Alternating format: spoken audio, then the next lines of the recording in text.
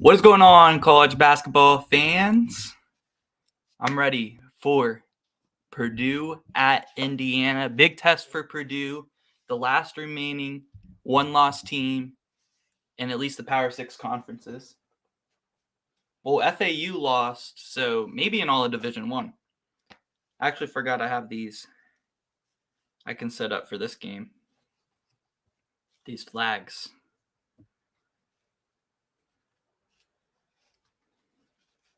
How's everybody doing today? What's up, Drake? What's up, basketball football guy? It is going to be a great stream. Right now on this channel, before Purdue, Indiana, we got Auburn at Tennessee, and Auburn just traveled, but they're only down 4, 3 minutes left on the road. Very low-scoring game. It doesn't look – I don't think either one of these teams are hitting 50 points. So it's kind of crazy. We'll put the road team over here, Purdue and Indiana, if they stay up.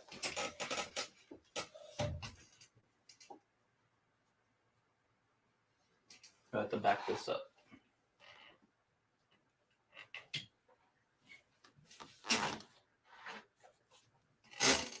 There we go. We get it behind us.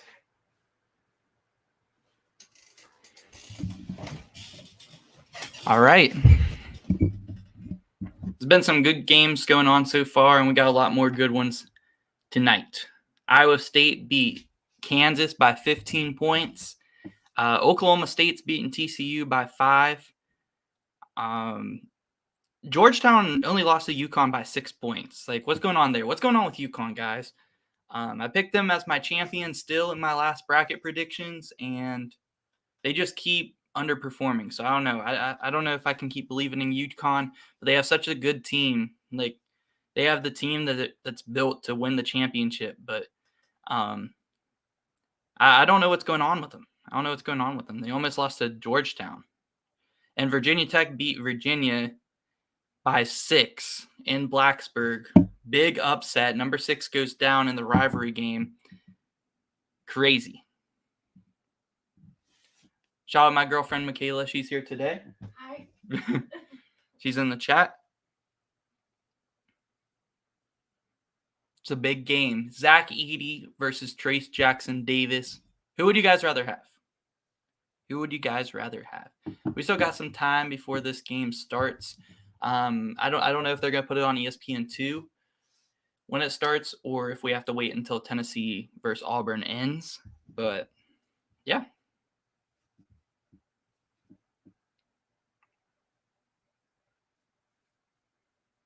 TCU Oklahoma State is a really good game going on, looks like. Tulane is beating Memphis 75-74. That would be a nice little upset for Tulane there to win against Memphis on the road.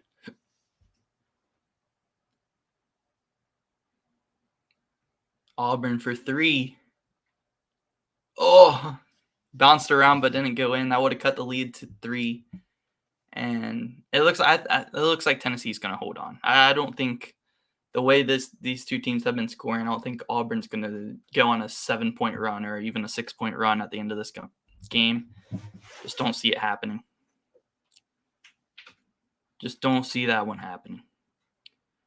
Tennessee's going to hold on. This is the type of game they love to play. These defensive games, don't score much.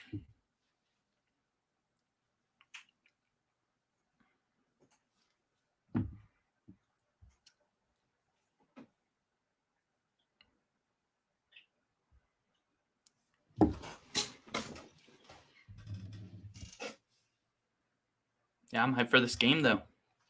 Tennessee's running out the clock now. And if they score the end of the shot clock, I don't think Auburn's even going to bother to foul. Here's a 3 dagger. No good.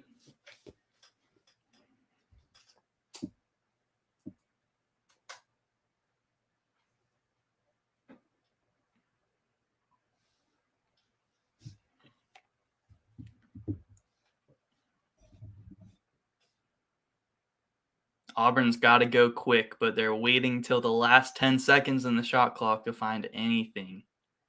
And they throw up the worst shot I've ever seen. Yeah, Auburn's not winning. Auburn's not winning. They might not get to 40. They might not get to 40.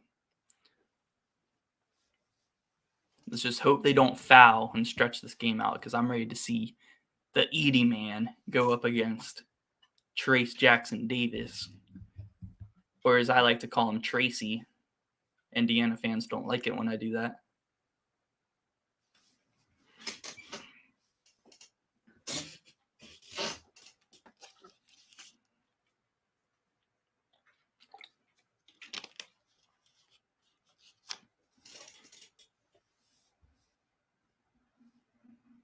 Yeah, they've sealed it. Auburn's not scoring enough points in this one. I just hope they don't score a 3 here and stretch out this game. It does says say that coverage begins on ESPN News at 4:04, but I don't really want to switch. I'd rather just wait. But I'm ready for this matchup. Yo, what's up, Don? How you doing today? Wendell Green hits a 3. Of course he does. Whenever it's time to stretch out the game, they never miss. I'm going to switch it. I'm going to switch to ESPN News, because Auburn's not winning.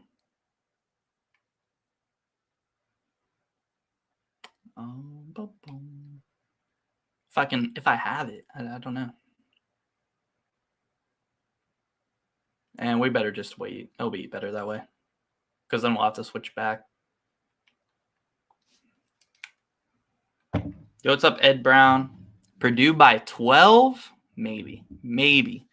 I could see them winning by a lot, especially because Indiana, they're missing Xavier Johnson, right? They're still missing Xavier Johnson. But I don't know. Something tells me this game's going to be really close. Purdue is favored by only 1 point.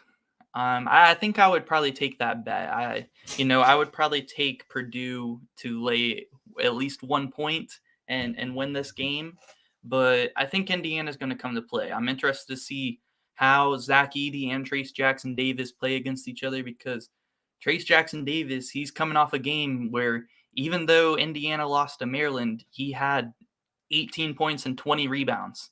So, he's really good. I mean, these have been the 2 most dominant players in the Big Ten Conference going up against each other. So, yo, what's up, Scalisque? I always mess up pronouncing, but just call you Xander. All right, I got you. I got you. 8 viewers in here now. Say what's up, boys. The game is about to start. We just got to finish out the ending of this Auburn-Tennessee game. It's been a snooze fest. Under 50 points for either team. Under 45 points for either team. But hopefully what comes next will be a really good game. A really good game. I got to get hype. I'm getting hype. I'm ready to see this Edey man go up against TJD. Who's better, guys? Zach Edey or Trace Jackson Davis? Who's better? Let me know. Who's better? Because I see people all the time in my comments saying Zach Edey's not good. He's just tall. Like, he's still good. He has really good post moves, and he shoots almost 80% from the foul line, and that's pretty impressive for a 7'4" dude. You watched Iowa State beat Kansas. That was pretty impressive. Yeah, I'm not really surprised by that. I did pick Kansas to win that game, but Iowa State has, in Ames, it's been one of the hardest places to play this year. It really has. If we're counting just this year as hardest places to play in college basketball, Iowa State would be easily top 5. Yeah, the Hilton Coliseum has been rocking this year. I don't think Iowa State has lost a single home game. So I'm not really that surprised, but it was very impressive that they won by 15 points, because it's not easy to do that. It's not easy to beat this Kansas team, let alone by over 15. I think they held them to under 25 in the first half. Yeah, Iowa State's nice. They run like this 4-guard lineup, like 4 guards in the center. That's what they run, and it's deadly. Whenever all their guards, like Gabe Kalitcher, he's always having good games. If Caleb Grill's playing good, then that's a big factor because he is such a up and down player, or a streaky player they call him. But when he's on, he's a really good shooter, and he can make about 3 or 4 threes in a row. So that's what's scary about Iowa State and why they could potentially make a deep run in the tournament. If like their guards are on fire, then they might win, 3-4 games in the tournament and make it to the Final Four or the Elite Eight. Is that Edie's better? I would probably say so, yeah. But I can't wait to watch these two go up against each other. Not only are they the 2 best centers in the Big Ten and 2 of the best centers in all of college basketball, but these are also like insane rivals. So, yeah. You're on Portland to cover 1.5 tonight. Who are they facing? That might not be a bad bet. Would you take Louisiana Lafayette over Marshall today? Please help you out. I would not. I think Marshall's probably going to beat Louisiana Lafayette. Who's the home team? If Marshall's at home, I don't think Louisiana can win. They just looked very long and athletic, and Edie is extremely talented. Yeah. Yeah, Edie is very talented. I don't know why people say, like, oh, he's just tall. Like, what?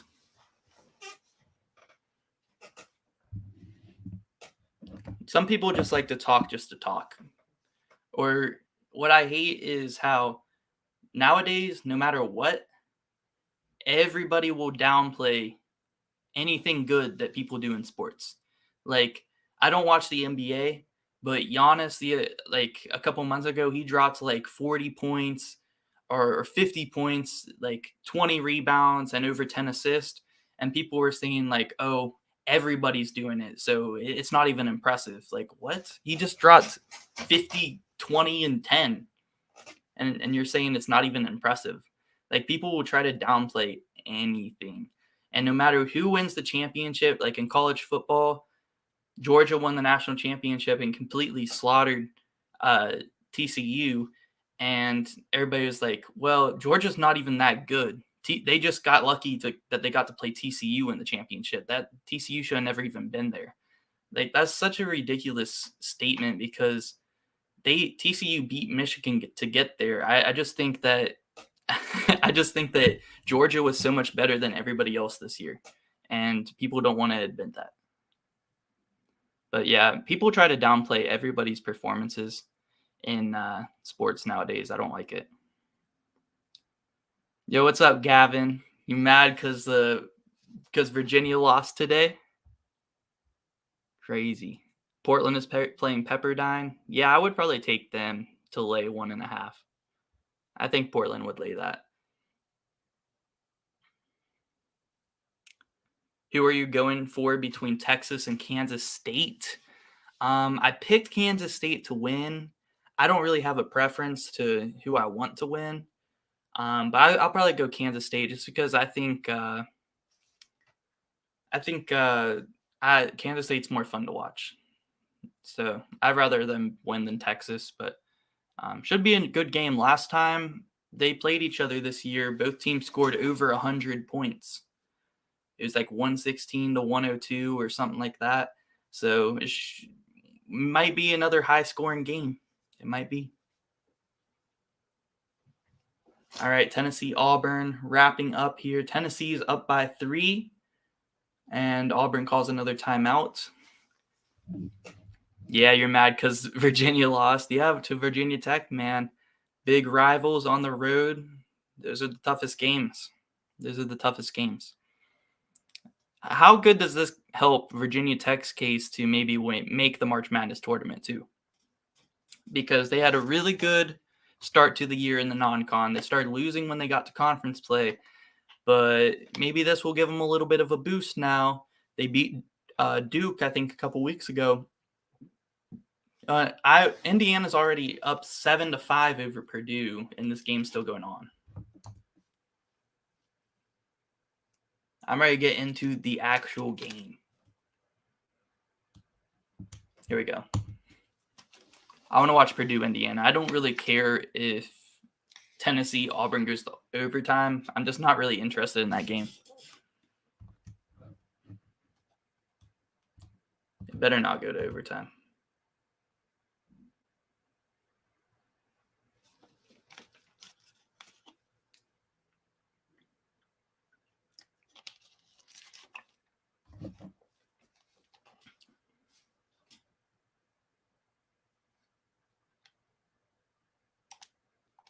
Yeah, I don't know if I can get ESPN News.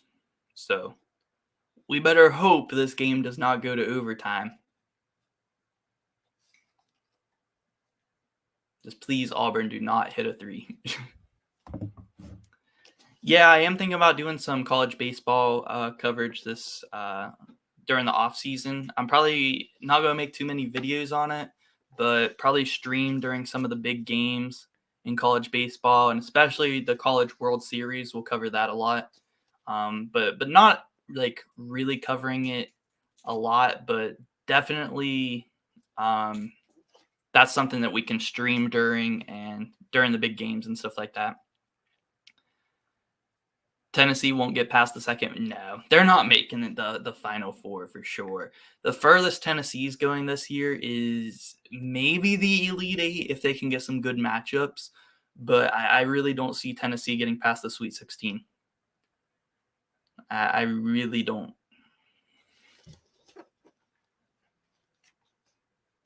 Yeah, Auburn is somehow in it. I'm really hoping this game does not go to overtime. Like, please, Zakai Ziegler, just make this free throw and do not give up a 3, please. I do not want to see overtime. I really don't.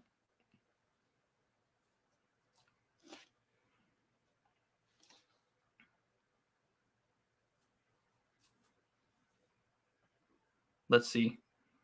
Kansas State and Texas also tipping off right now. Indiana's up 13-10. Only 4 minutes into the game. It's looking like it's going to be a high-scoring one. Zach Edey's already got 5 points. TJD's got 2 points on free throws. So that's the matchup update right there.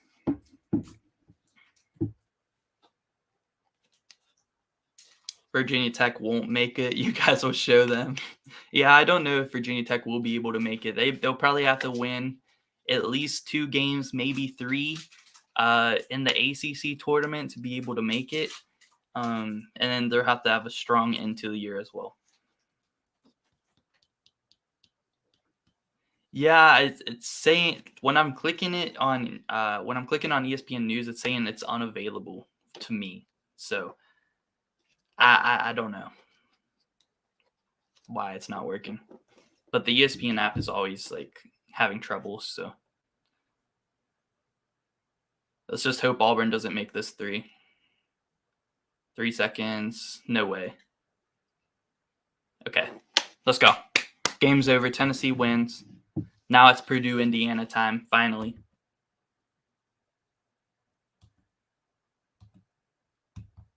The NHL All-Star game's going on right now. Guys, NHL, W or L to watch? I don't watch the NHL. I'm not a hockey guy.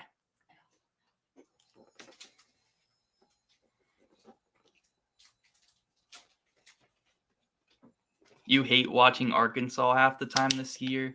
Yeah, I think it sucks that they had the injuries because I really do think Arkansas, they could have won the championship this year if they had Tony Brazil and Nick Smith Jr., which Nick Smith Jr. might still come back, but I don't know. I don't see them winning the championship. They could still go on a deep run if he comes back, but I thank goodness they didn't call a foul right there.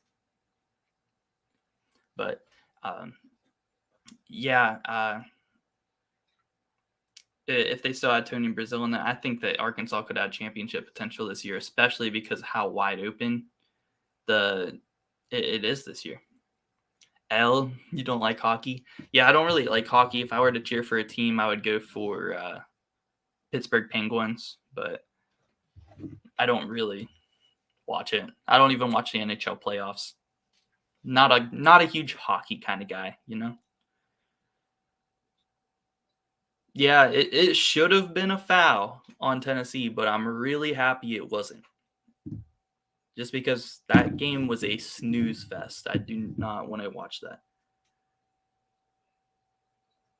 All right, here we go. Score is Indiana 13, Purdue 10. 2 seconds on the shot clock right now for someone. Bloomington, Indiana is a packed house in Assembly Hall. Dickie V's on the call. Dickie V is the GOAT announcer.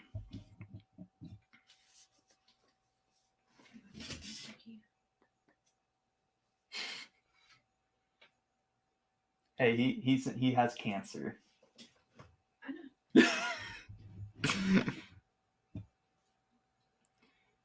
Man, they throw it to the Edie man, and he gets called for the offensive foul, drawn by TJD. Here we go. This is the matchup I want to see.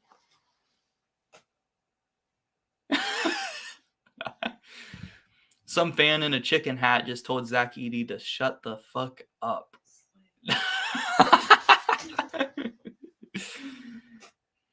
Zach Edey's going to the bench. I wonder if that's the second foul.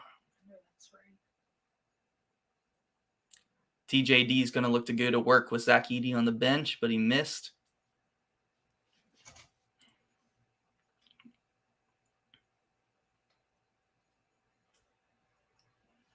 And that's a bad pass. Turnover on Purdue. Who's winning, guys? Purdue or Indiana? Let me know. Go Hoosiers. I picked Indiana to win in my prediction, so I got to go with Indiana. And I'd like to see the number one team lose. I'd really like to see the number one team lose. Trace Jackson Davis with a nice score. Indiana up 5. Guys, do you guys think that Indiana fans will storm the court if they beat Purdue today? Because Indiana fans, they're so stubborn to where whenever they beat Purdue, even though they're number one, they're they just don't give them that type of respect. We're not going to storm the court for you because we hate you, and we're supposed to beat Purdue. So even though they're number one, Indiana feels like they're supposed to beat Purdue. So I just feel like Indiana fans are so stubborn that I don't know if they'll actually storm the court for a home win over Purdue, even though they're number one. But we'll see if they win.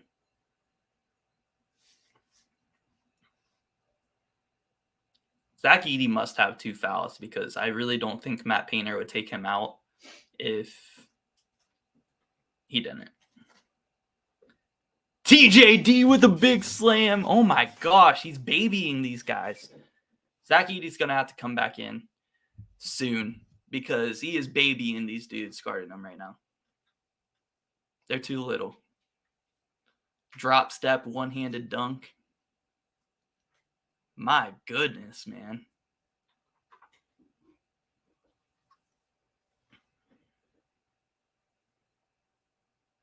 Purdue's going to have to find some offense through Braden Smith or maybe Mason Gillis right here. And he traveled or stepped out, something.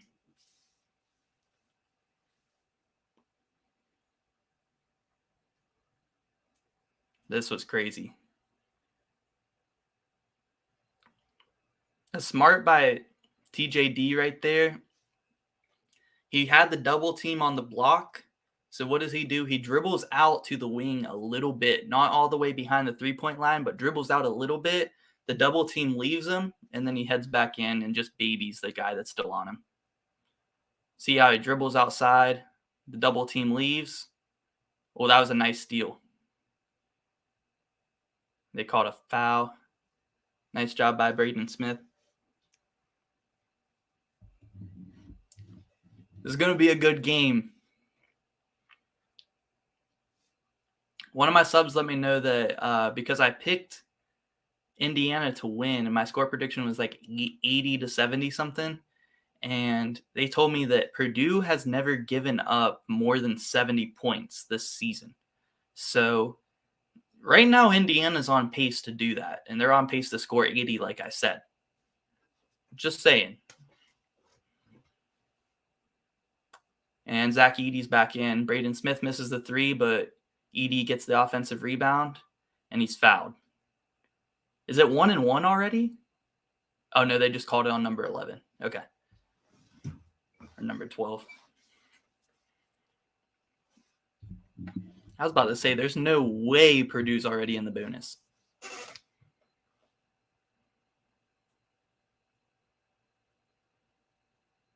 Zach Edey kind of looks scary. Like, he kind of looks like he's going to eat me.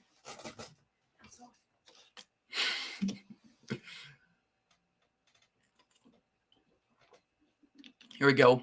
1-on-1. Oh, here comes the double.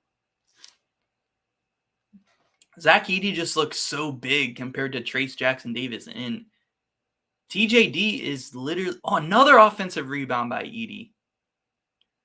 But TJD is like, what, 6'10", 6'11", and he just looks so small when he's guarding Edey. It's crazy. Yeah, I saw QT that Memphis was losing to Tulane. What's the score right now?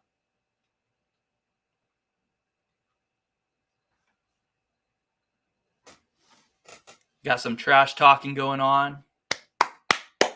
Oh my goodness. I see why. Hard foul.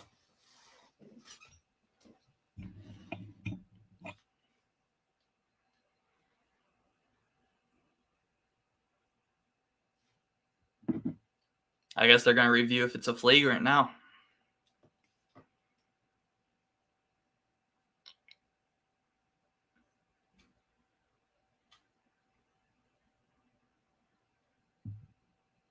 Let's check on some of these other games while they review this. Go into the Virginia-NC State game. We're going to kill them. That's going to be a good game. NC State has a really good backcourt, but I think in Charlottesville, there's no way NC State wins that one. But that's going to be a good game to go to, Gavin.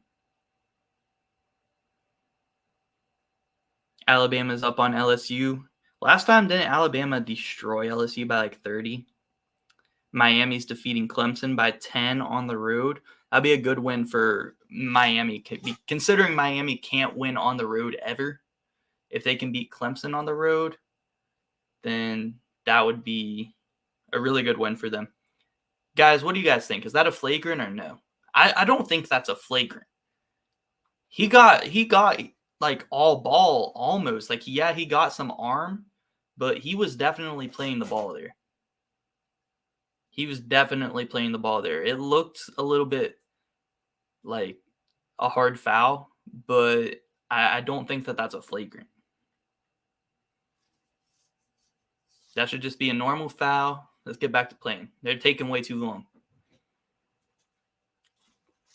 I'm watching without sound, so I don't know what call they're making, by the way.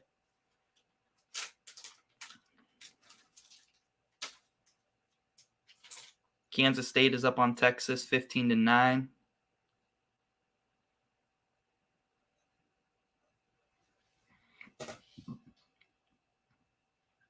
Ooh, Tulane, Memphis is heading to overtime. My goodness.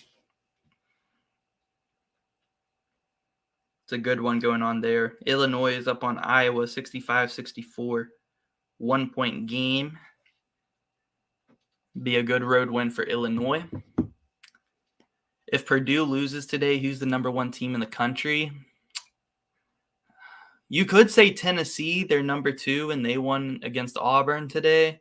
But I don't know. It might still be Purdue. Like, Purdue might still be number 1, depending on by like how much they lose by. If they lose, like, I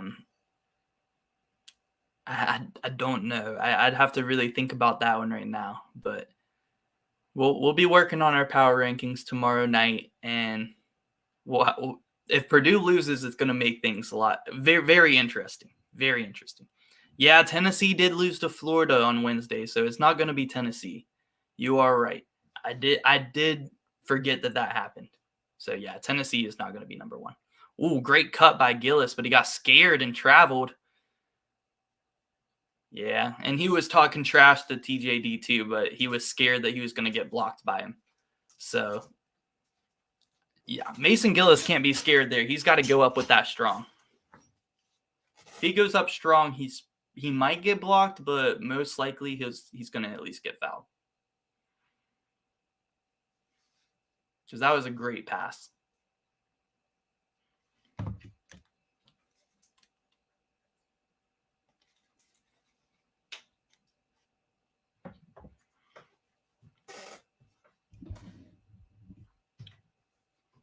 Come on. Guys, why is the ESPN app so bad? I say this every stream. It's terrible.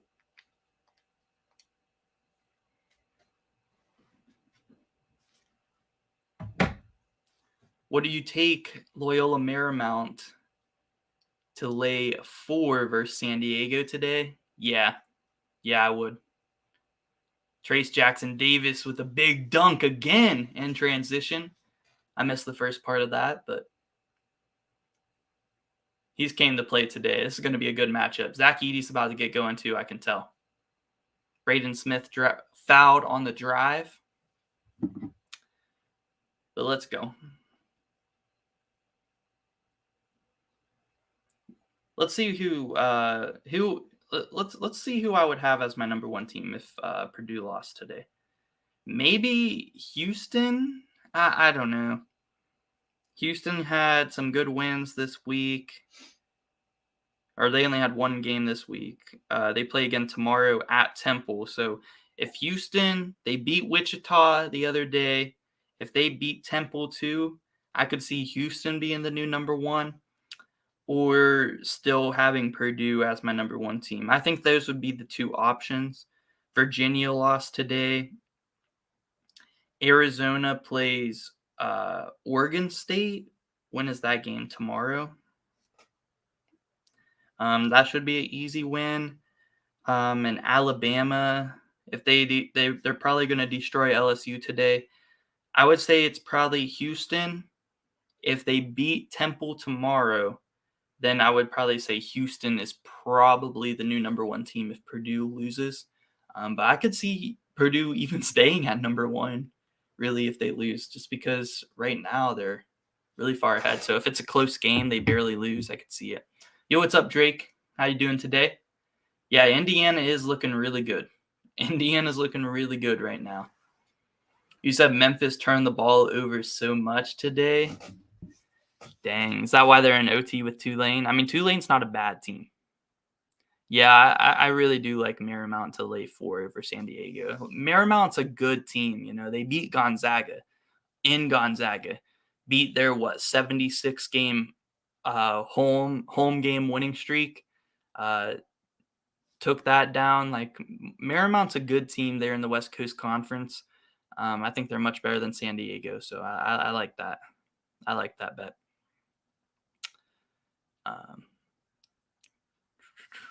Yeah.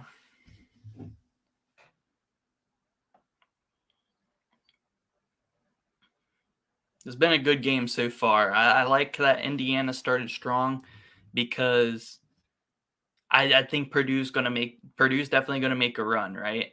So it's going to make it a good game throughout. I'm pretty sure. I'm excited for it. Tulane has scored 30 points off turnovers. Yeah, that's a problem. That's a problem. A lot of turnovers, but you guys are still in overtime with them. So if you can find a way to pull it out and then, try to fix that later, then it's looking good.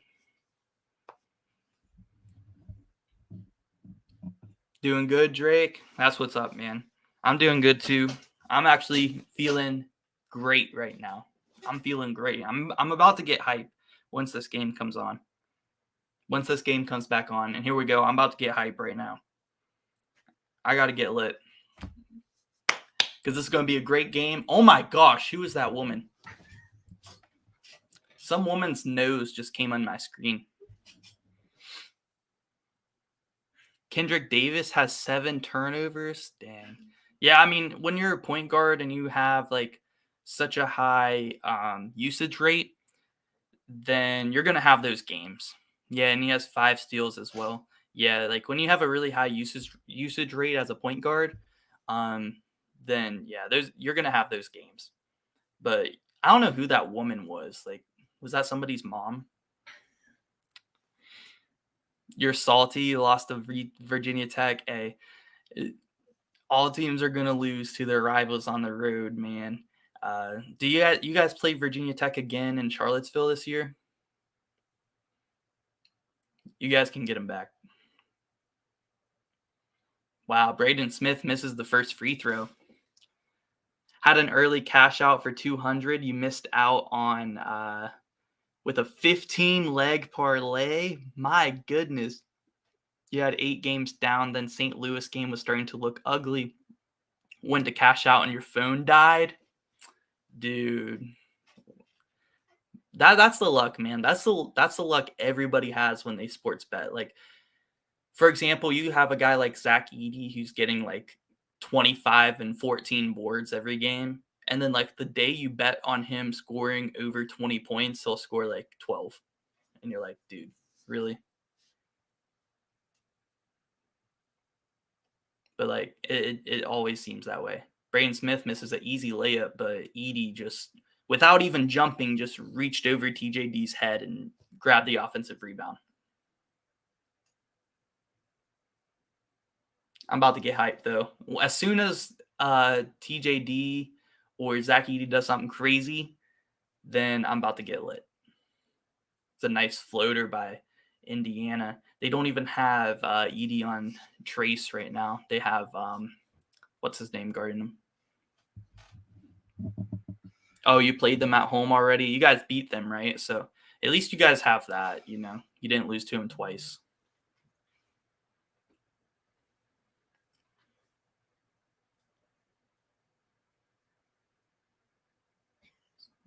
Ooh, almost a turnover by Indiana, but it goes out of bounds. Or a turnover by Purdue.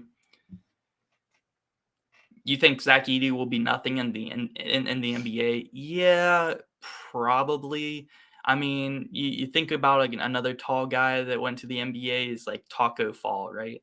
Like Taco Fall, a huge guy, and Zach Edey might be like a little bit better, a little bit of a better version than Taco Fall in the NBA, but I don't really see him being like a starter. Just because everybody has to be able to shoot in the NBA. So I'm really happy that he's doing good in college because I'm more of a college type of guy than the NBA. You know, I watch the NBA playoffs, but that's about it. And yeah, you know, some people just play better in college, and it wouldn't be a bad idea, honestly, other than maybe like the money for Zach Edey to maybe just play overseas because he would be dominant overseas, still be making good money. Wouldn't be a bad idea, you know. He'd make more money in the NBA, but yep. Yeah, Purdue has to get going, man. They will. They'll make a run. They'll make a run. Why don't I watch NBA? I just don't enjoy it really. Like I used to be huge, like a huge NBA watcher, like in high school. But recent years, I don't know what it is about the NBA, but like it just doesn't feel the same. Um, you know, they don't call travels. They don't. I just don't really like how it's played. Like I just enjoy the way college basketball is played better. Um, so I'm always watching college. Like I would much rather watch Loyola Marymount versus San Diego than the top 2 teams go at it in the NBA. That's just how I am. But I will watch the playoffs. I watch the playoffs every year for NBA.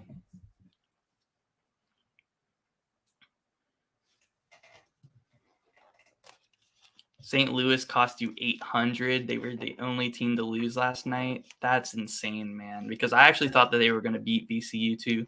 But that dude on VCU scored like 36 last night because I was watching that.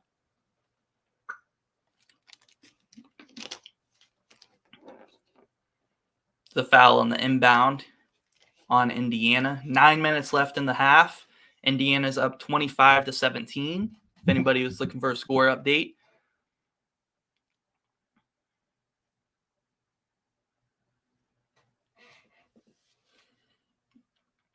Yeah, that's how I was, man. I've always enjoyed college, but I was a huge NBA watcher. But now I love college a lot more. I love college a lot more. I just feel like there's so much more strategy being involved, like in college basketball, whereas NBA, it's like, okay, who can get the most stacked team and win the championship? And there's really only like 2, 3 teams a year that could really realistically win the championship in the NBA. So it just makes it kind of boring, you know.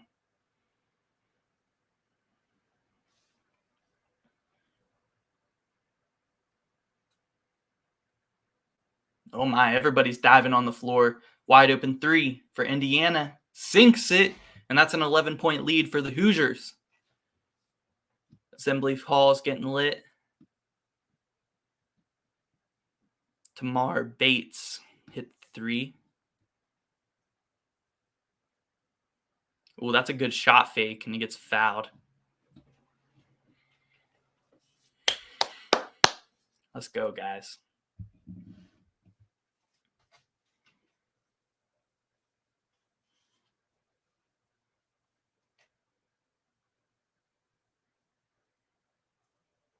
Yeah, this year I could name a lot of teams that I could see maybe winning it all, man. Or are you talking about NBA? NBA they can? 8 teams?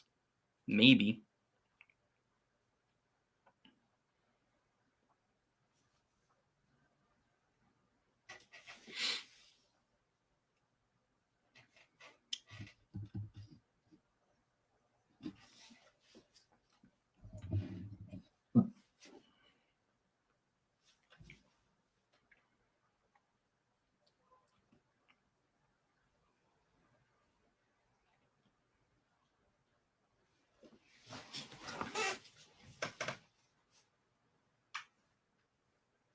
All right, here we go, Indiana.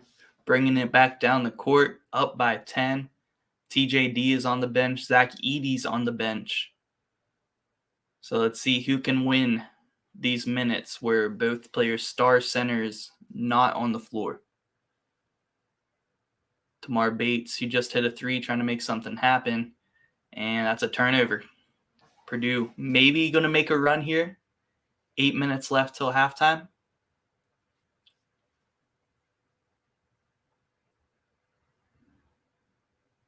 They feed the post.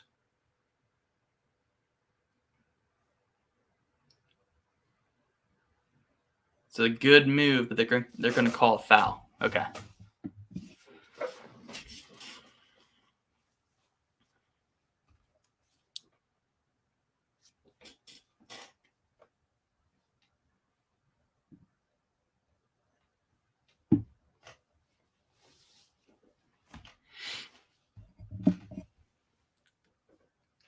Had to cash out for 200 when that game started to go downhill. You went to take it. Right as you hit confirm button, your phone died and it didn't go through. It. Dang, that sucks, man.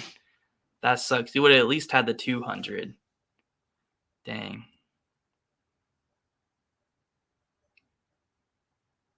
Just like a couple more seconds, you would have had it. Celtics, Bucks, Sixers, Nuggets, Grizzlies, Clippers, Suns.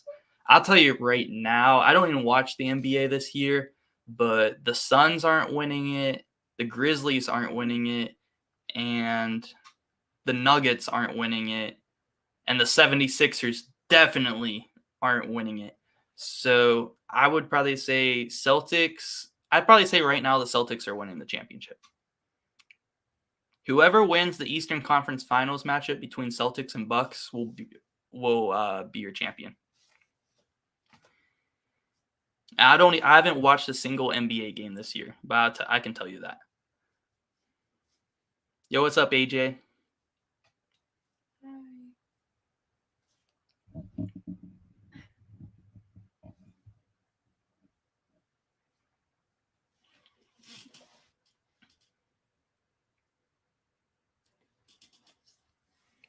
Yeah, the 76ers will not win a championship this year. Unless James Harden is really playing his butt off like the old James Harden, then the 76ers aren't winning it. I can tell you right now, whoever wins the Eastern Conference Finals between Celtics Bucks will win the championship. I really don't see the Nuggets or Grizzlies winning it, or the Suns.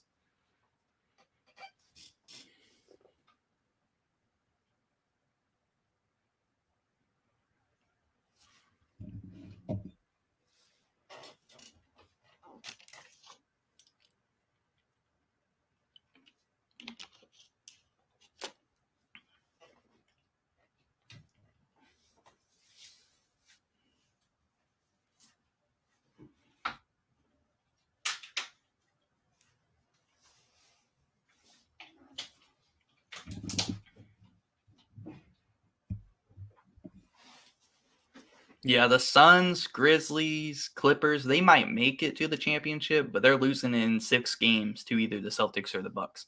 Well, if it's the Celtics, they're probably going to lose in 5 in the championship.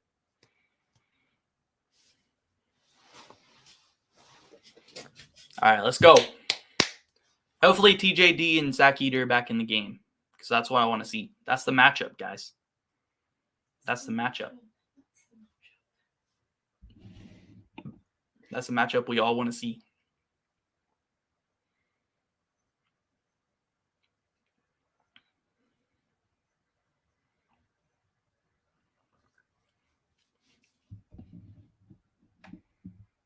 Booker could come back on Tuesday.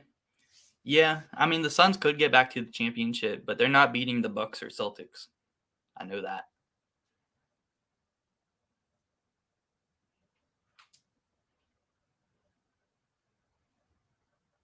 Purdue missing free throws early.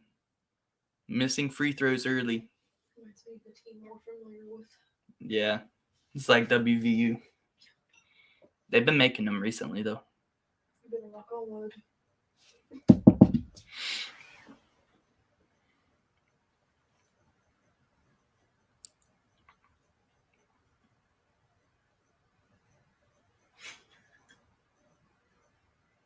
Trace Jackson Davis in the pick and roll. Miller Kopp wide open for 3. Hits it. Indiana up by 12. Had to do math. All right, let's go. Purdue needs a run, guys. Still 7 minutes left. Indiana's putting up a lot of points here early. 7 minutes left in the first half. That's a good pass to Zach Edey. My goodness. That's a big boy.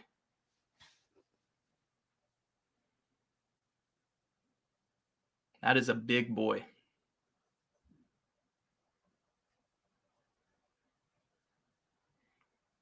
Oh, yeah, you probably are a Suns fan, huh? Because you're an Arizona fan.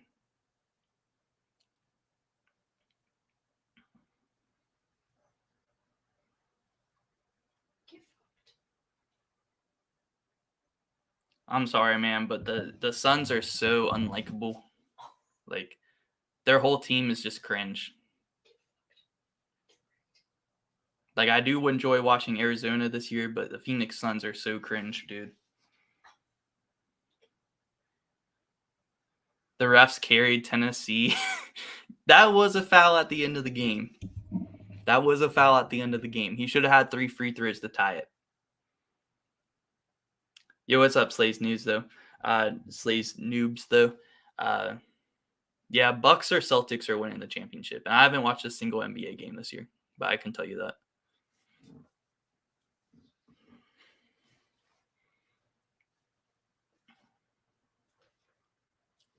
Mike Woodson looks depressed, but his team's up 11. He's like just like me. Man, another missed free throw by Purdue. They got to get that together, guys, if they want to get back in this game. Down 11. Jalen Hood-Schifino Dumps it to TJD, but he can't handle it. Purdue ball. Out of bounds. Let's go.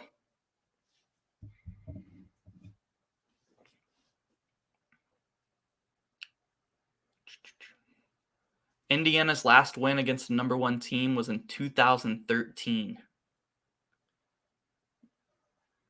I will say, even if Indiana doesn't end up winning this game, like, they just got a steal on Zach Edey, though, right out of the post. And here's TJD with a big dunk.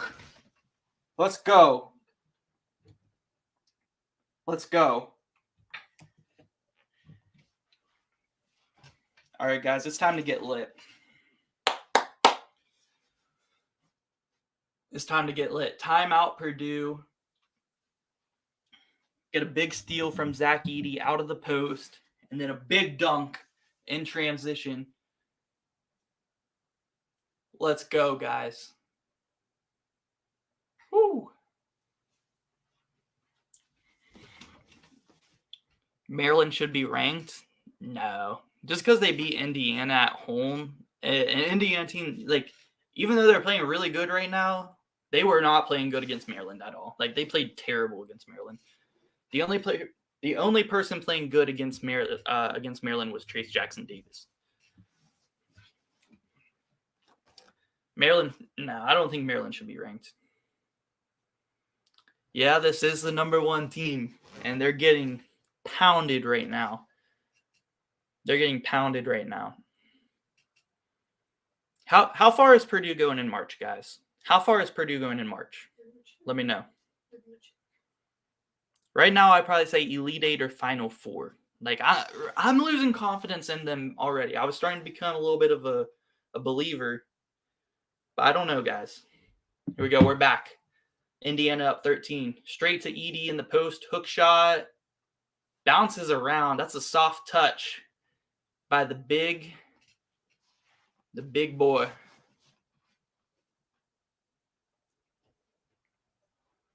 Sweet 16, and they're out. Man. Woo! Another lob to TJD. The last time he was open on a pick and roll, they tried to bounce pass to him, and he fumbled it, went out of bounds. This time they said, let's just lob it up. Let's alley-oop it. Great play. Zach Edey back at it. Oh, my goodness, and one. They're going at it right now. This is what we want to see. We want to see these two stars go at it.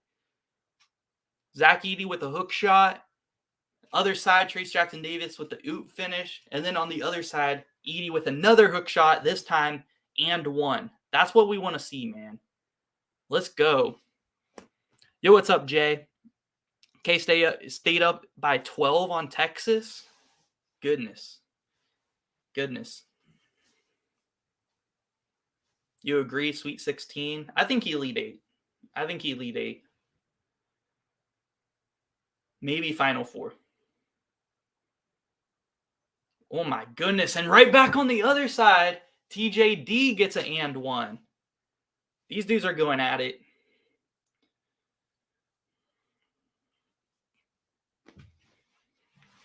Purdue fans were telling me that no team has scored above 70 on them. So me picking Indiana to score 80 and win was just incorrect. But they almost have 40, and it's not even halftime. There's still 4 minutes, almost 5. What's the score for Purdue right now? Indiana's up by 14, 40-26. Zach Edey has 2 fouls right now. He's going to go to the bench for the rest of the half. More than likely. And there's still 4 minutes, 40 seconds left in the half where they won't have Zach Edey.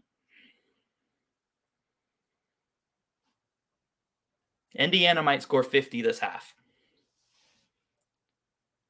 Big rebound. Out of bounds, though.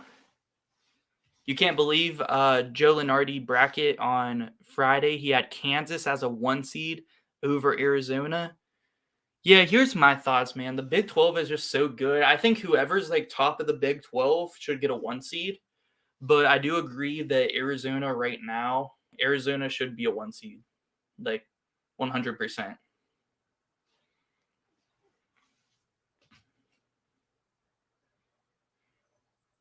You also say depends on who they get matched up, but Sweet 16. Yeah, I could see Purdue losing in the Sweet 16, but I think they might get Elite 8 at least. It, like you said, it depends on matchups. It does. That was a really good sequence we saw, though. Like 2 possessions for each team, back and forth, just all Zach Edey and Treese Jackson Davis. Is that a backcourt violation? It is. I thought maybe Indiana might have touched that one.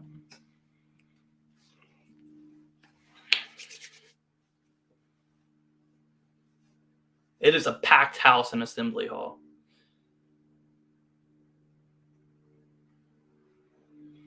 Ooh, we gotta go to Assembly Hall sometime. Okay. That's like one of the best places to go. Their stadium's like this. Like they stack them up. It's like a big V. So like the next row, you're like sitting on top of the next person in front of you almost. It's like I'm married.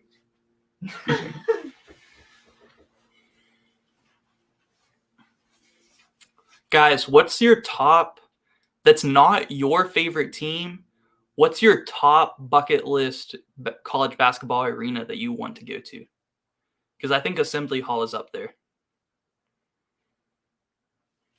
Allen Fieldhouse. Yeah, I do want to go to Allen Fieldhouse. Allen Fieldhouse, Assembly Hall. There's a lot. I would like to go to what's it called? Providence's arena. That place gets loud. Man.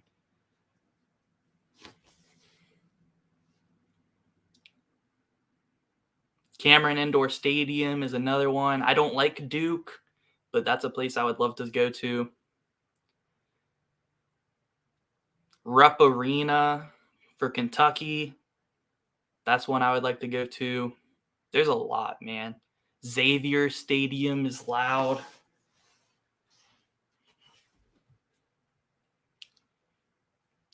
Assembly Hall is up there with Allen Fieldhouse, Duke's Arena. Yeah.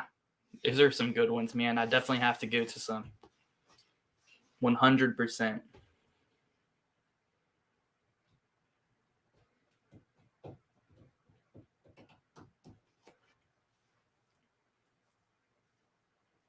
Guys, who's winning tonight between North Carolina and Duke? It's at Duke. North Carolina. Yeah, I got the Tar Heels. I got the Tar Heels in that one. Fiserv Forum better. Yeah, I would like to go to Marquette Stadium. Marquette, that place does get loud. Miami up 4 on Clemson on the road right now. Updated score for Indiana Purdue. If you guys are in here looking for a score update, we got Indiana at 40, Purdue at 26. Almost 4 minutes left in the first half. Alabama up 10 on LSU. Kansas State up 14 on Texas, 36-22. Charlotte beating FAU by 1. Could FAU have an 0-2 week? That would be crazy.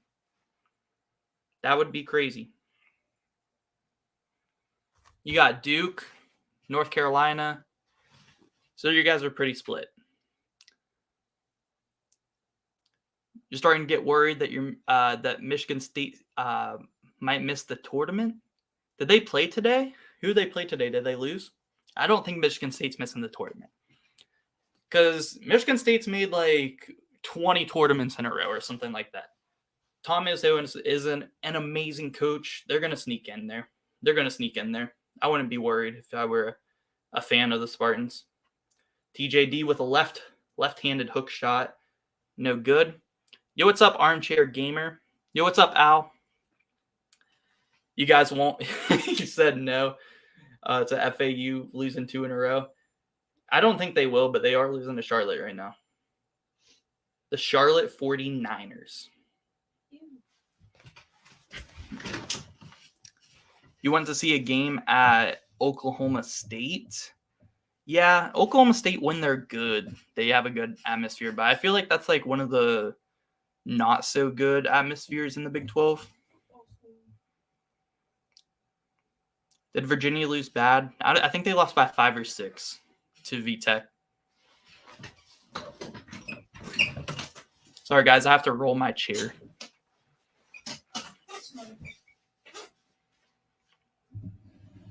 Yeah, I did see Turbellas drop 40 on Thursday. That was crazy, man.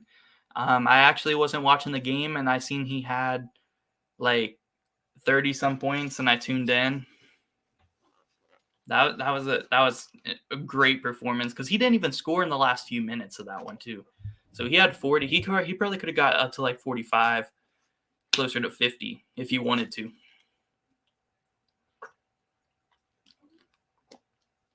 Race Thompson for Indiana has 3 fouls. Miller Kopp with a nice shot fake and 3. Hits it. Indiana back up 15. Indiana back up 15.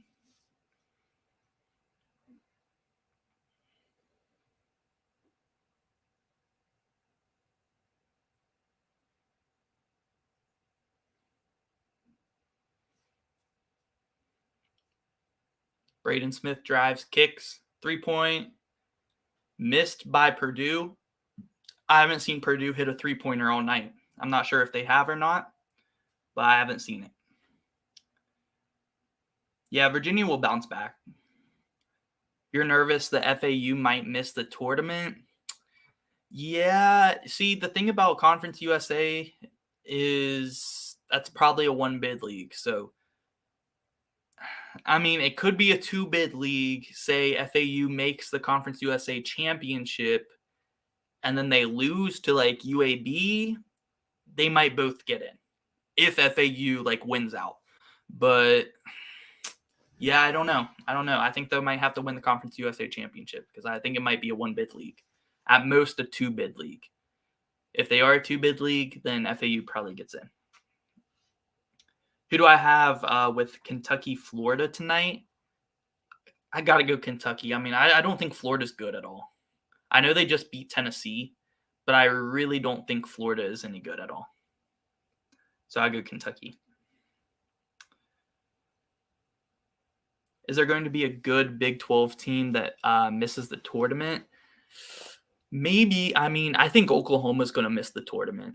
How good you think Oklahoma is depends on the answer to that question. I mean, they did beat Alabama by like 20 points, but I don't think Oklahoma is very good. And right now, West Virginia is on the bubble. So they're like barely in, and West Virginia could get bounced. But, yeah, I think 2 out of 3 of these teams are missing the tournament. West Virginia, Oklahoma, and Oklahoma State. I think 2 out of those 3 teams are missing the tournament. One of those teams will make it. So I'm hoping that team is West Virginia, but we will see. West Virginia does play Oklahoma tonight. That's going to be a big game to determine that. But yeah, I don't think Texas Tech is making the tournament. I don't think they're that good this year. But really, every team in the Big 12 is at least decent. So I think 7 teams from the Big 12 get in. Maybe 8 if Oklahoma and West Virginia or Oklahoma State also maybe has like a good end to the year. But I think 7 teams from the Big 12 are getting in.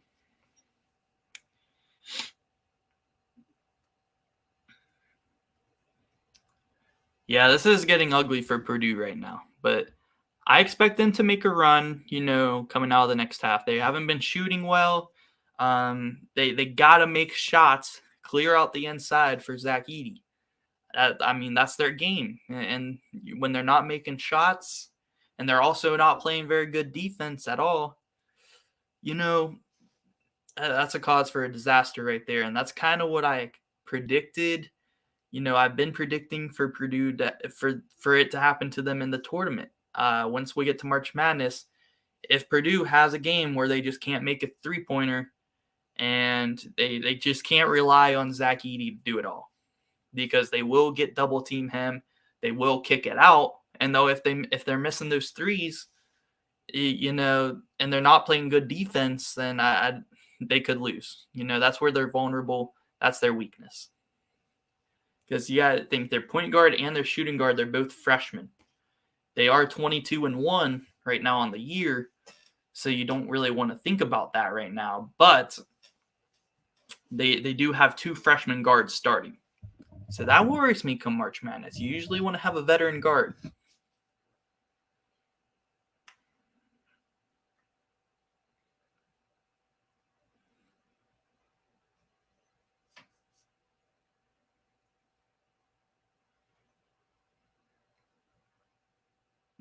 That's a good move there by Kaufman. Wren, the backup center, freshman, or it might be a power forward center, but a good move scored over TJD.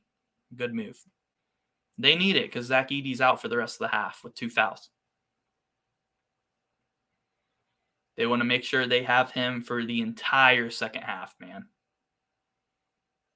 So I think they're going to try to keep it within reason here. In second half, they're going to try to keep Zach Edey in as much as they can and try to make a run. Marquette winning the Natty. I don't know, guys. Marquette winning the Natty, W or L. Will Michigan make the tournament? I don't think so.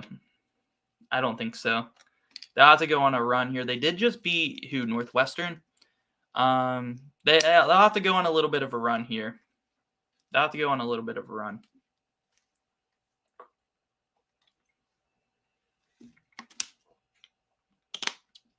Will either Oregon or Utah make it in? Maybe Oregon. I could see them. I think Utah's going to fall off. I think Oregon, if they can get on a little bit of a win streak here and have a really good end to the year, I think they could. But it's going to take a lot. But I think Oregon could. I think Utah's about to fall off. There we go. Purdue, is that their first 3-pointer of the game? I think so. Fletcher Lawyer makes a 3. Cuts the lead to 11 for Indiana. Yeah, Dickie V is a legend. He's the GOAT of college basketball announcing. 100%.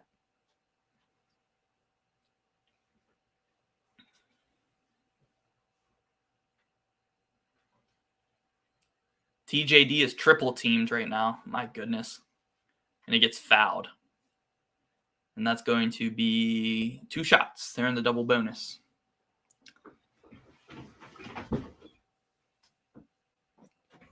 Imagine if they lost to a 16 seed this year, they would lose to a 15 seed in 2022 and a 16 seed in 2023. That would be crazy if they lost to a 16 seed first round. It's only been done once, guys, but that'd be crazy. Because, yeah, Purdue did lose to St. Peter's last year in the Sweet 16. So if they lost again to a high seed, my goodness, man. But TJD makes both free throws. They're up by 13 now. 32 seconds left in the first half. WL on Marquette winning the Natty. Kaufman Wren with a big dunk, but it doesn't go. Thought he was fouled. TJD with the rebound. And he's back in the post one-on-one. Reverse layup, no good. Rebound Kaufman Wren. And a steal by Indiana. 5 seconds on the clock. Crazy layup, and it goes. And that was a quick layup there for Indiana to take a 15-point lead. Oh my gosh, the full court shot almost went. But, man,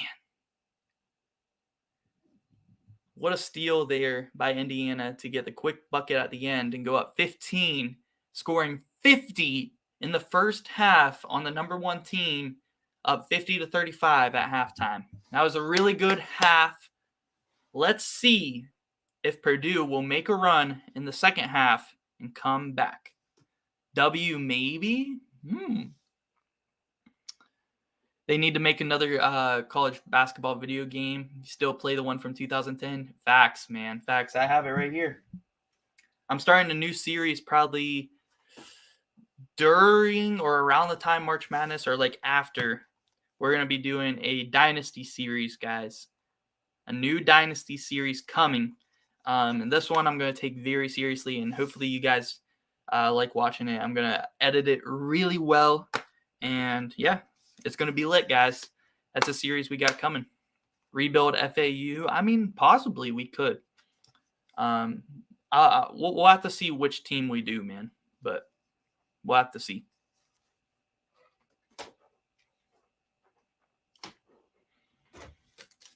Yeah, Dickie V's the legend, man. Straight legend. All my homies love Dickie V. All my homies love Dickie V, man.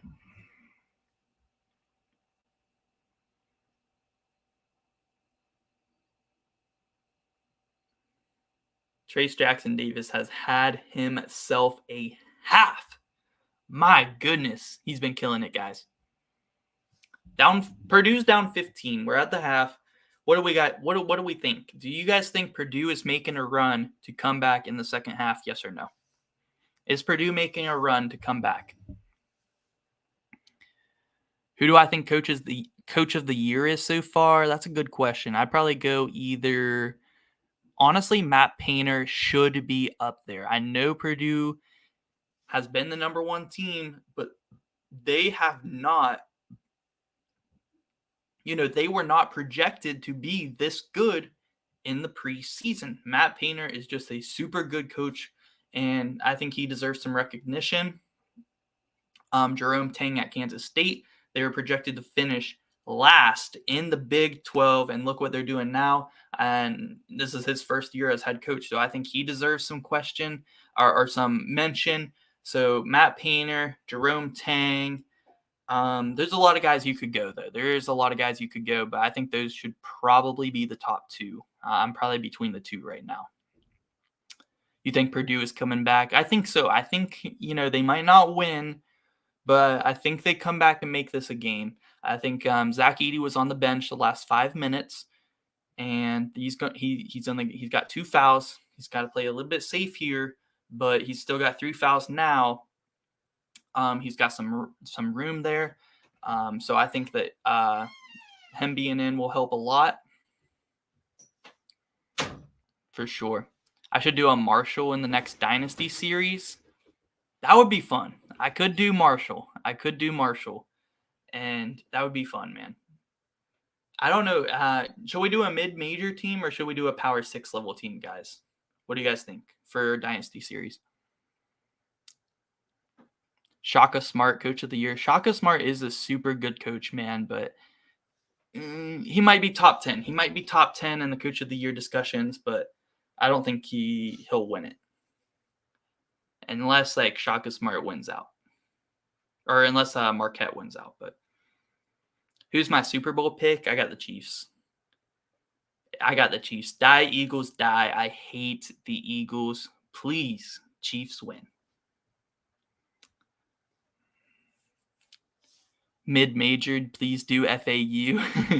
Do UAB because their logo is fire. Yeah, they do have a really good logo. Mid-major, do Marshall. All right. You guys want to see a mid-major? I'll probably do a mid-major. And if we do a mid-major, then we can maybe eventually, have that mid-major go to a power level conference. Like if we did a Marshall, we could have them join the Big East or the ACC. I think that would be pretty fun. After a couple seasons, or maybe we'll only do a couple seasons, we'll move on to a new team. Because the thing about the Dynasty, and also I figured out how to turn on names for the other team. So we're going to be able to see names for both teams on there. So that will make it a lot better. And also the thing about the Dynasty series is after the season, say I start out at Marshall, I can have job offers on. So that way, after the year, if I want to switch up teams, I can stay in the same Dynasty that I created and coach a new team that offers me. Maybe I get an offer from a Power 6 level conference that I can go to the next season and stuff like that. So that's what I'm kind of thinking. Start out at a mid-major, and then maybe after a season or two, take a job offer at a Power 6 level conference team. What do you guys think about that? Arkansas down by 1 to South Carolina. Goodness, man. Arkansas always seems to be playing in these close games, though, no matter who they play. We might do FAU, man. We might. We'll have to figure it out. I'm kind of leaning towards doing Marshall, to be honest. Marshall. I think Marshall would be fun.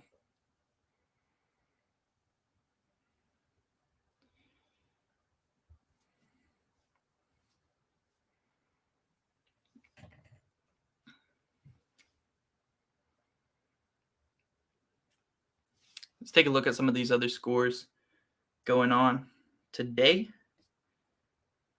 Alabama up by 7 on LSU. Kansas State up by 11 on Texas at halftime. Both of those are at half. FAU up on Charlotte now by 5. Those are all the ranked games. Let me see what other non-ranked games are going on right now. Should Florida State fire their head coach? He's been there since 2002. I think they probably should. But here's the thing, like, he's led Florida State is a football school, right? So he's led them to the Elite Eight. When was that? 2018, or around there. And he's had some NBA players come through there, like Jonathan Isaac was super good at Florida State, right?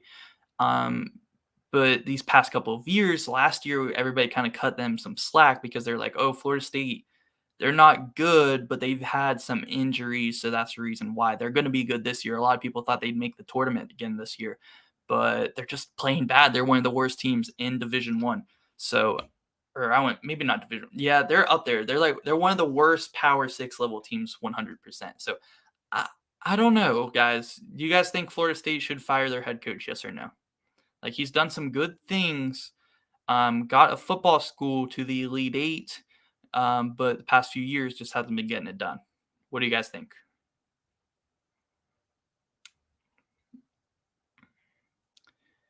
Is there a chance FAU is still ranked?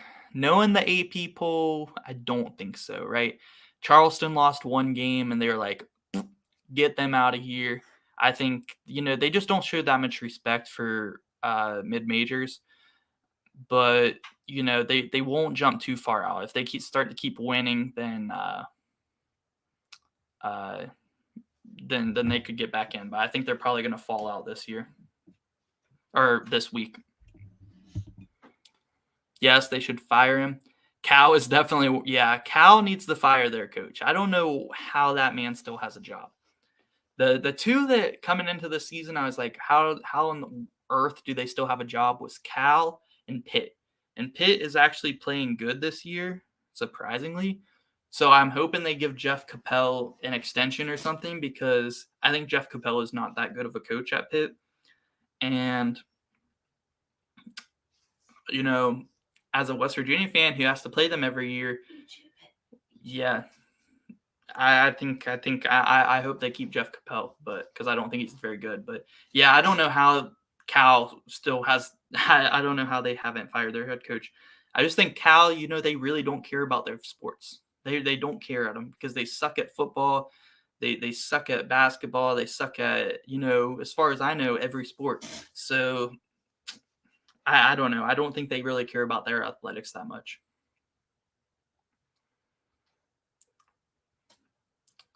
If you guys are somebody's dad or somebody's mom, and your child is going D1, just at all costs, don't let them go to Cal University, because they don't care about their athletics at all.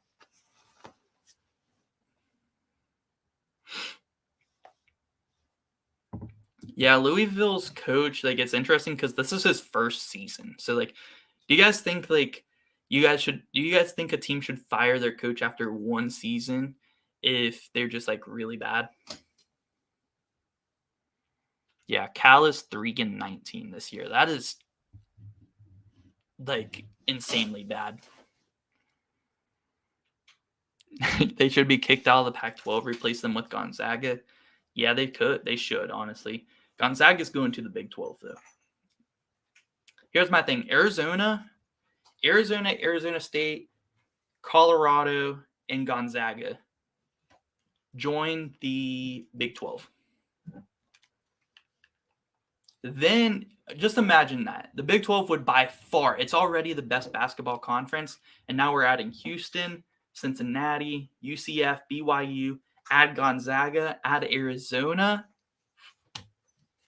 Insane. You would have Arizona, Kansas, Gonzaga, Houston, all these teams, man, in the Big 12.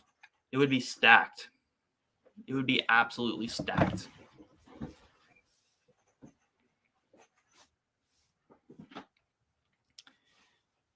You don't think someone should be fired after one season? Just your opinion. Yeah, you got to give him some time to maybe get something going, right?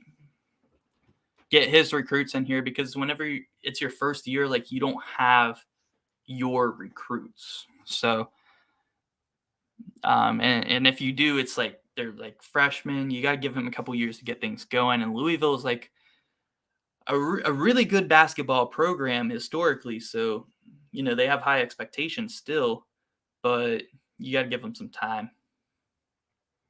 But Cal's coach, he's got to get out of here. Florida State's coach, you said he's up there in age. I don't know. I just think Florida State's not really a basketball school, so I don't know if they'll really look too far into doing that or not. And Cal just doesn't really care about their athletics at all. So, but the thing about Louisville is they care about their basketball for sure. But after 1 year, yeah, I don't think you fire him after 1 year. Second half should be getting going soon, guys. Who you guys got, Purdue or Indiana? Indiana's up by 15, but does anybody think Purdue's still going to win?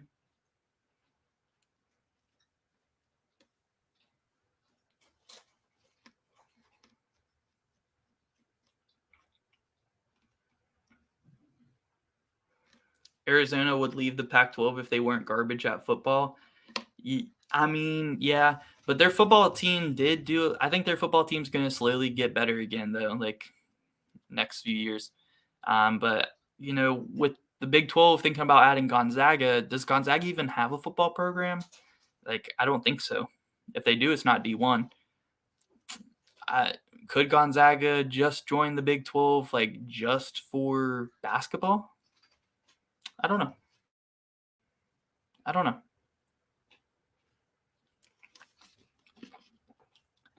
Big 10 will be the best conference in 2024 for basketball? No. Well, they will be adding UCLA and USC, but no. I think the Big 12 is going to be the best team for basketball for, like, at least the next, like, 5-6 years. Especially because Houston's coming next year, and Houston's at the top of their, like, game right now. Whew. Oh, the best football program? No. Big 12 won't be the best football program either. They just won't be. The Big 10, like, no. The SEC is just by far the best football program every year. Like, I get, like, people, like, and that's coming from a Big 12 fan, right? Like, the SEC is just so far ahead of every other conference when it comes to football. Like, I'm sorry. They just are. The most legendary coach in college basketball right now that's still coaching, I'd probably say Boeheim at Syracuse or Tom Izzo at Michigan State. Or Bill Self at Kansas. But I would probably, out of the three, I like Tom Izzo the most, so I'd probably go Tom Izzo at Michigan State.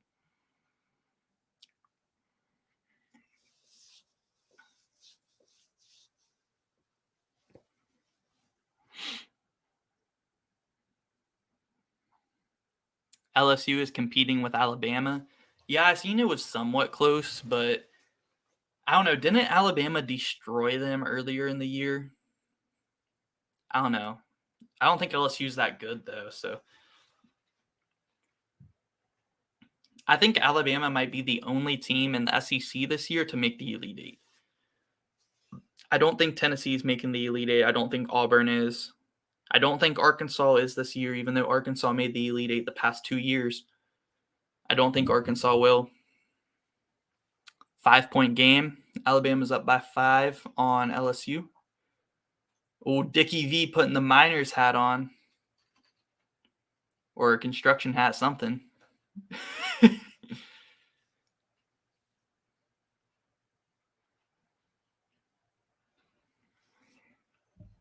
Texas making a comeback on Kansas State right now.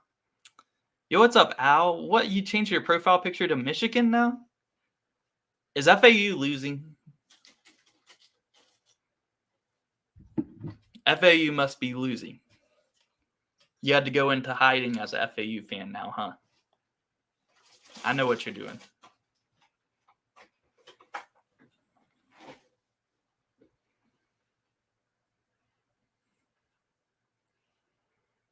Arkansas looks like they're going to hang on against South Carolina, though, by 2. 1 second left.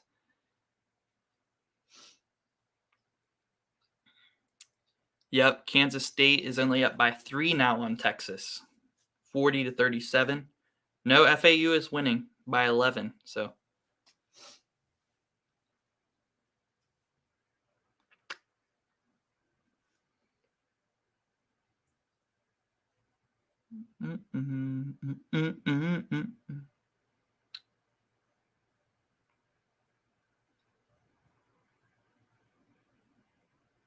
Xavier up 12-4 on St. John's. Wow, TCU lost to Oklahoma State. Yeah, I seen that they were losing, but I thought that TCU would come back. That's crazy. The Big 12 is insane, man. Anyone can beat anyone in the Big 12. That's a nice hook shot by Zach Edey to start the half for Purdue. 13-point game. Second half is tipping off, boys. Let's go. No football schools allowed in the Final Four. So no Alabama. No Alabama in the Final Four.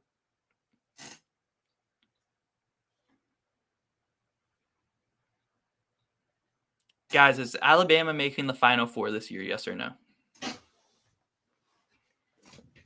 Second half. I got to get lit. You're gonna need a high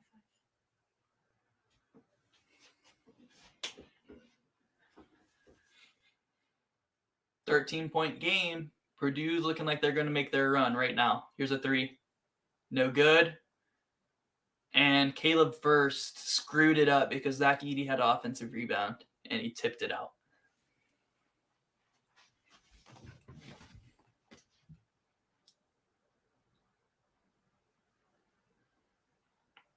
Purdue's playing some good defense right now. TJD, double team, but still gets the bucket to fall. They got to put Zach Edey on him, man. I understand why they're not. They don't want Zach Edey to get fouled out. And it's hard not to foul TJD one-on-one. But I think if you want to stop him, you got to put Edey on him. You got to put the Edey man on him. Here we go. Zach Edey right back at him. Gets the bucket right back. These two are going at it. Trace Jackson Davis with 20. Zach Edey's got 19.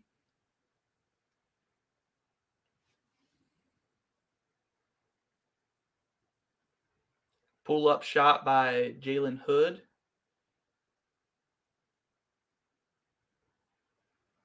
No good. Purdue's going to try to make their run.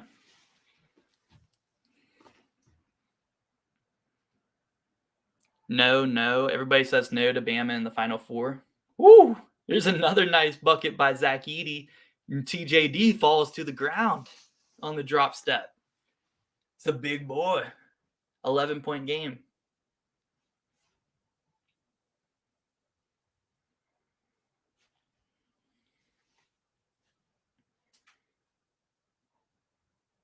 Indiana's got to answer. Can't let Purdue get on this run. Whew. Is that Jalen Hood with the floater?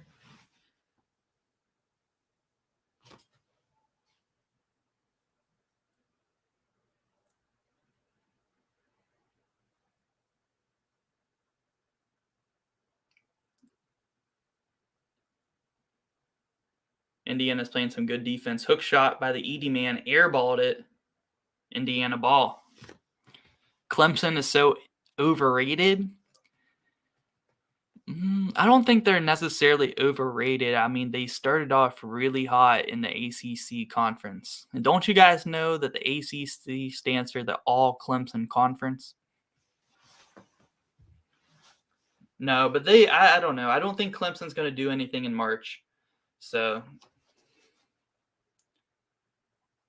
if Clemson's like a 5 or a 6 seed, they're probably getting upset first round. That's what we said. Football schools aren't going to do good in March. Clemson's a football school.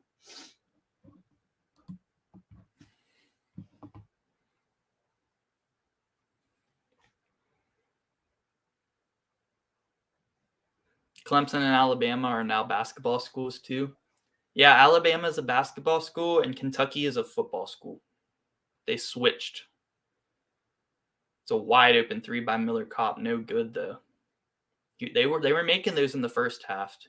If Indiana starts missing their wide open 3s though, that could be the opening Purdue needs. Here's Braden Smith on the drive. No good. Out of bounds. Purdue keeps possession though.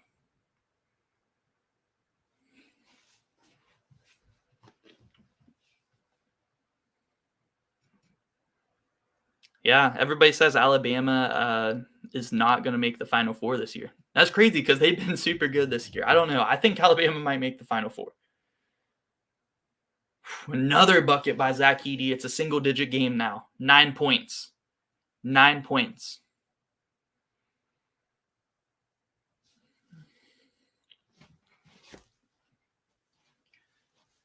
The Purdue comeback is happening, guys.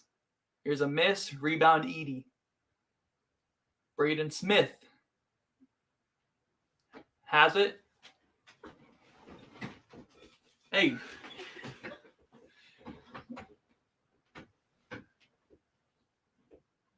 The wide open 3. Oh, what a tip out by Edey. Tough layup. So many opportunities there. Couldn't get it. Miller Kopp deep in the corner for 3. No good.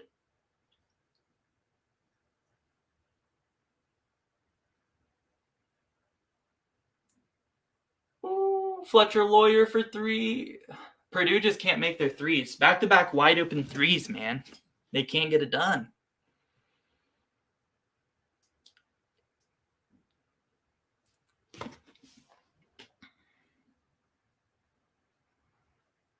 Alabama could win every game by 40 and you still wouldn't have them in the Final Four? That's crazy.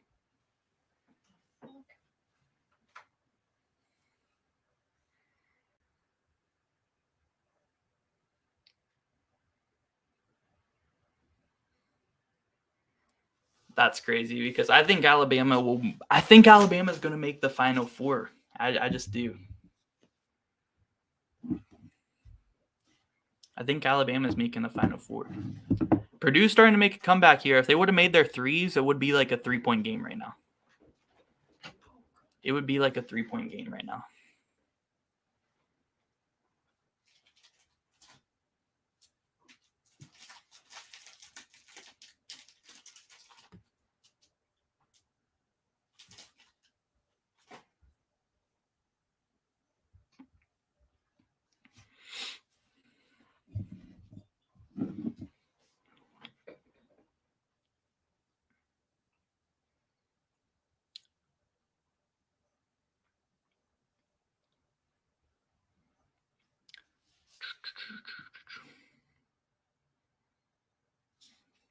$15 minutes left in this game, guys.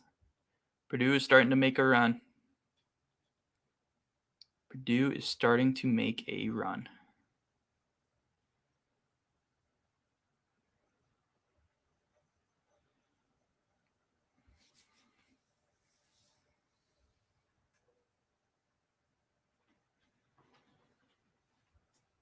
Guys, here's a question. How far do you guys think Kentucky's going in the tournament? Not at all. Upset first round? I hate Kentucky. All my homies hate Kentucky, guys.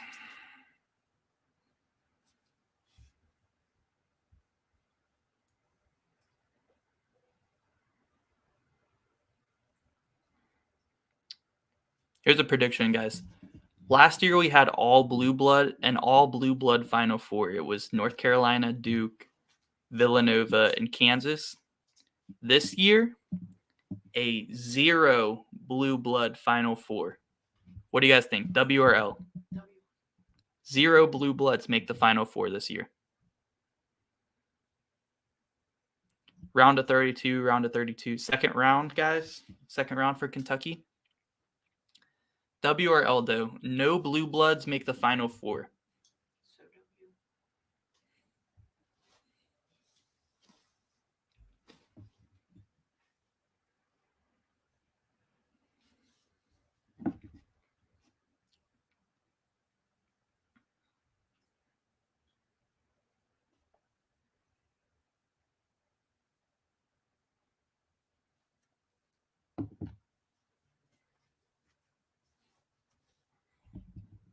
Game's about to get back going.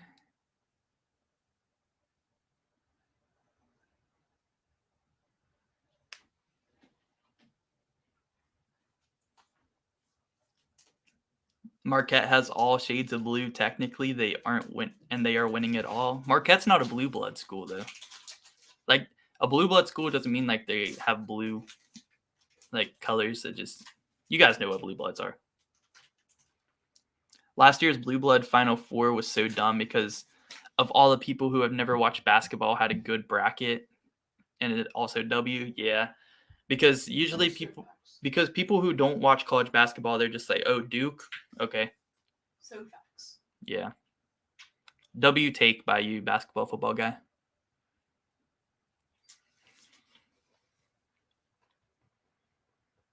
This year, all the casuals are going to have terrible brackets because I really do feel like it's going to be like just teams that aren't typically in the Final Four making it. W. Probably not. I hope so. Mason Gillis hits a 3. There we go. Purdue finally hits another 3. Let's go. You think it will be the Big 12 winner, Houston, UConn, and Purdue Final Four? Yeah, that's not a bad prediction.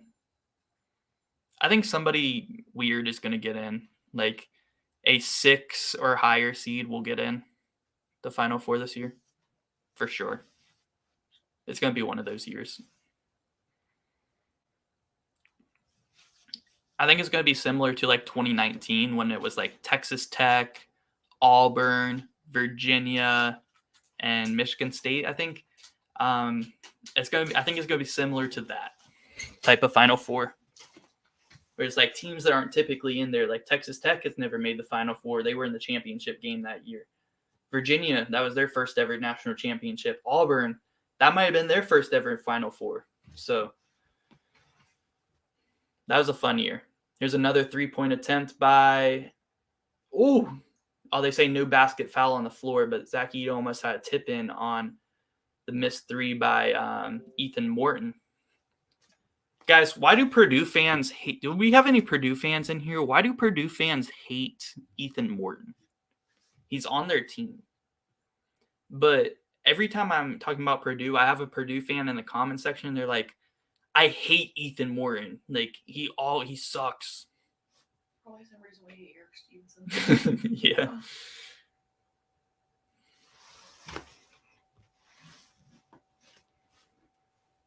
Braden Smith with the drive. Kick. Mason Gillis going to post up now and misses badly. Way too strong off the backboard.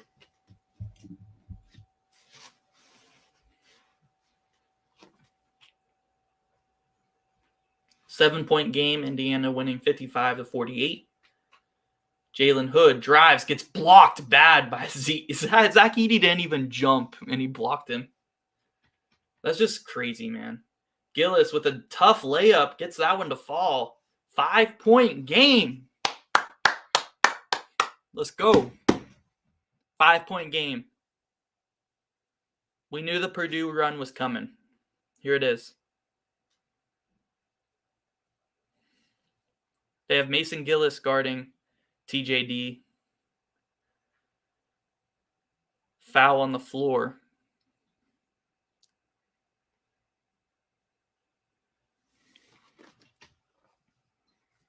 (2021) 15 seed makes the Sweet 16. 2022 15 seed makes the Elite 8. And this year, a 15 seed will make the Final Four. By 2025, the national champion will be a 15 seed. I mean, that would be funny if they continued that pattern, but I think we've been getting spoiled with the 15 seeds. I don't think any 15 seeds are winning this year. I think we've been getting spoiled. I think a 14 seed will beat a 3 this year, but I don't think we're going to get another 15 over 2, 3 years in a row. We've been getting spoiled. Marshall's going to get a 14 seed and get a win. Probably over like,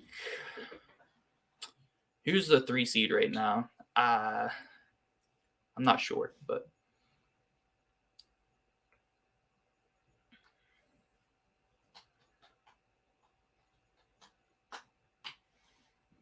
here we go. 7-point game. Purdue playing much better defense in the second half. TJD goes strong as Zach Edey missed, but a tip in gets it to go. 9-point lead now. But yeah, much better defense by Purdue in the second half. Gave up 50 in the first half, only 9 points so far in the second half. They're going to call an offensive foul on Edey. That's his third with 12 minutes left.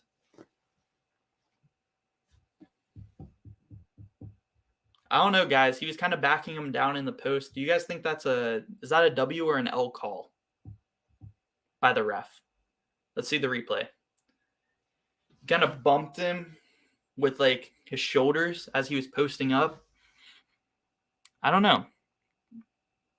Which 2 seed is most likely to lose to a 15? Probably Tennessee. If Tennessee is a 2 seed, I'd probably say Tennessee. But for some reason, something just tells me Tennessee is not going to be a 1 seed by the end of the year. Like I think Alabama will probably be a 1 seed, but Tennessee will probably lose to Alabama, and Tennessee will probably be like a 2 seed. I would say Tennessee would be the most likely 2 seed to lose. L call. Yeah, I think I agree. I don't like that call. Marquette, Houston, Alabama, Kansas State Final Four. That's actually not a bad prediction, honestly. I mean, I know you're a Marquette fan, so a little bit of bias on that part, but I could actually see Marquette maybe making the Final Four this year. And Houston, Alabama, Kansas State. I think that's a W prediction, honestly. Yo, what's up, Gabe? You can't tell if Kansas is a Final Four team or not. They have been inconsistent. Kansas is going to lose second round or Sweet 16. Is what I'm thinking right now. The past 4 or maybe 5 champions, somebody told me in my chat sometime, they were like, the past 4 or 5 defending champions, the team that won the year before, have lost in the second round, all of them, of the past 4 or 5 years. Like last year, Baylor lost in the second round. They were the defending champs, and it's happened in the past 4 or 5 years. So I'm thinking maybe Kansas could continue that trend, but they also show signs that they might get to like Elite 8. So I'm thinking maybe Sweet 16 for Kansas. Kansas getting bounced in the second round. They might, man.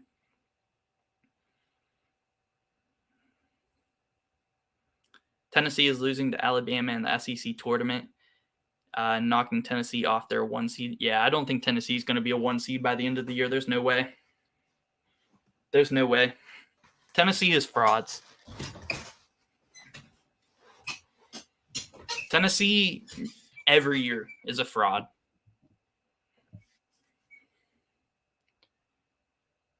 Your dad says Purdue is going to the Final Four this year. Too many teams will piss down their leg when they actually have to face Zach Edey. I mean, you're honestly not lying. Like, some teams are actually scared to drive on Zach Edey. Like, it's crazy, but you have to drive on him and try to get some fouls on him. That's the way to beat Purdue if they're having a bad shooting night, try to get Zach Edey in some foul trouble. Indiana's kind of doing that. But Zach Edey is also very good at not fouling. So it's hard to do, but you do have to drive at him. But yeah, I think Purdue Elite Eight or Final Four. Earliest out for Purdue, Sweet 16. Earliest out. That's like their floor is Sweet 16. Ceiling, I guess you could say Purdue could win the championship is their ceiling, but I don't know. I don't know if I see that or not.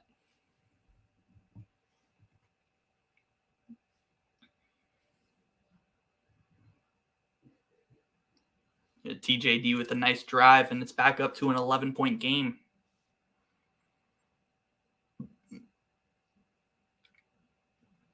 Purdue was making a run, but Indiana's answered. One more pass. Zach Edey in the post. Indiana's playing some good defense. These are good rotations. Wide open three for him. Hits it. They kept trying to double team Zach Edey. They need their guards to hit these threes. And finally, someone steps up and hits one.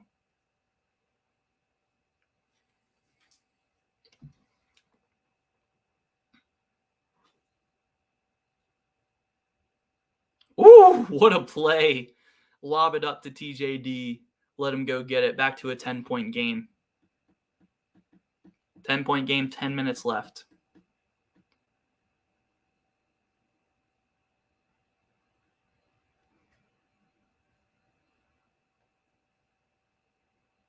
Yeah, Wisconsin did beat Villanova in the second round the year after they won the championship.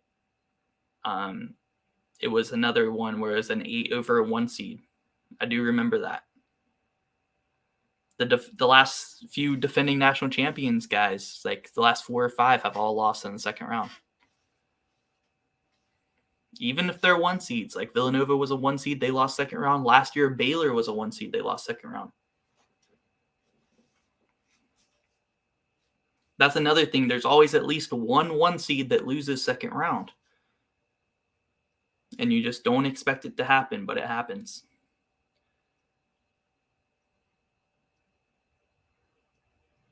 Another three-pointer by Purdue. Here we go. Am I a fan of Bobby Knight at all? Yeah, Bobby Knight is a legend, man. One of the best coaches of all time, for sure. I mean, obviously, I wasn't watching, when he was coaching, but yeah, definitely a fan of Bobby Knight.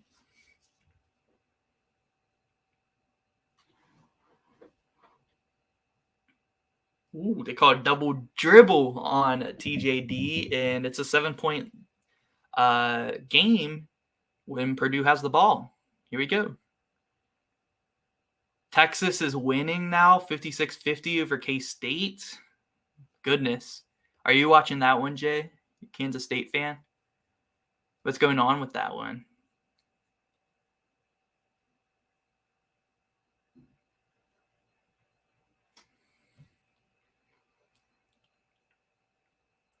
Braden Smith almost lost it. My ESPN app just shit itself.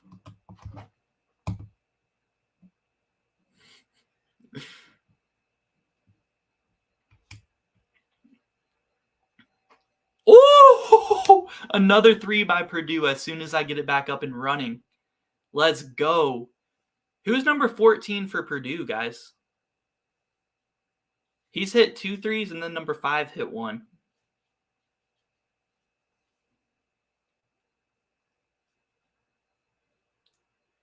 Four-point game now. Still 9 minutes left. Purdue's not out of this at all.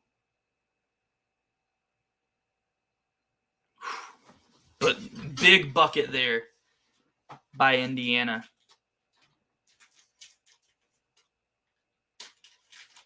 Malik Renew, another freshman on Indiana. Jalen Hood-Schifino gets a lot of the talk for freshman for Indiana, but Malik Renew is also a really good freshman there. It's a drive by Braden Smith. Oh, what a block! Oh, my goodness. Trace just came out of nowhere and stuffed him, man. Goodness. That was actually a crazy block. With the left hand, he almost snatch blocked it. Man. Texas has gone on a 15-5 run. Goodness. This would be a pretty big upset if Indiana wins, maybe to the point of Indiana fans storming the court. Yeah, that's what I was kind of talking about earlier, guys. I think Indiana fans, they're too what did I say? They're too I don't know. They feel like they should beat Purdue. So I don't know if they actually would storm the court against their rivals, because then Purdue fans would make fun of them. Like, I don't know. It's just funny. I'm interested to see if Indiana wins. Do you guys think that their fans will storm the court? I think Indiana fans, like, they have too much pride. Like, I don't know. Something about them, like, they're like weird like that.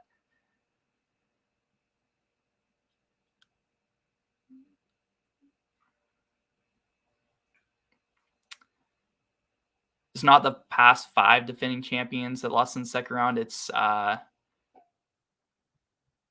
in the second round, it's the lost in the second round or worse. Oh, or worse. Okay. So first or second round, really. 4-point game, though. Tennessee is for real defensively. Yeah, they have a really good defensive team, but I do think they're a tough out, but I just think Tennessee's frauds, guys. I don't know. Is this finally the year Tennessee gets past the Sweet 16? Yes or no?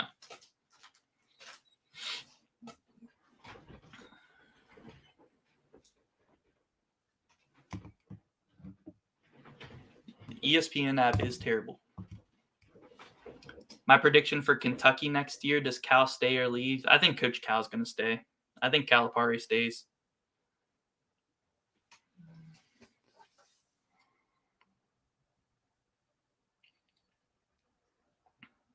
Yo, what's up, Joshua? It's pretty good. K-State had the lead in the half, but Texas fought their way back. Yeah, that's what they've been saying, is K-State was winning, but Texas went on a big run.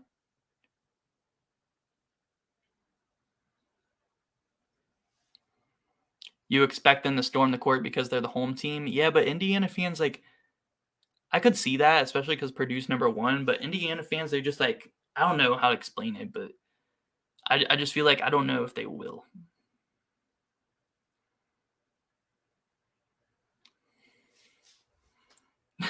Your grammar was bad. Yeah, it wasn't that bad. I just, like, for some reason, I'm struggling to read that one. I don't know why. What team do you usually use in the NCAA basketball game? I use a bunch of different teams. I like to use the mid majors. I like to do dynasties with the mid major teams. Try to get teams that have never really made the tournament that often. You know, have them go on a deep run. That's how I like to play NCAA.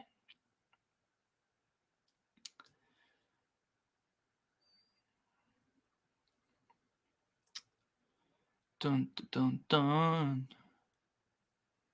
Every time I meet an Indiana fan, they always bring up the half-court buzzer beater back in 2010 or 2011. Let me tell you, Indiana fans are some of the most toxic fans in college basketball, 100%. That's why I feel so weird about if they storm the court against their biggest rival. I don't know. Like, Indiana fans are some of the most toxic fans in college basketball. Like, trust me, I would know. I know which fans are toxic in college basketball. Not all of Indiana fans, but, a lot.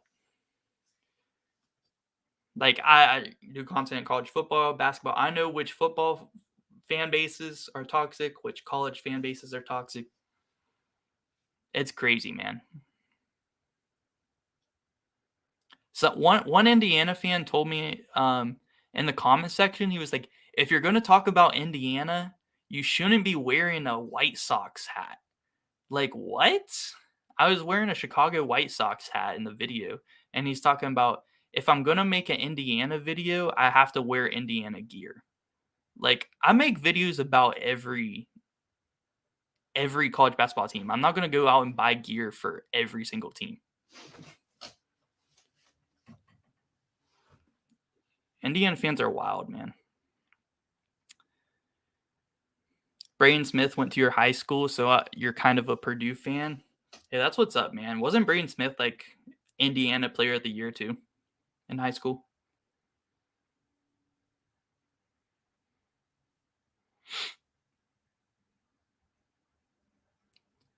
Yo, what's up, Jimmy? You would be honored to have Bob Knight throw a chair at you. Interesting.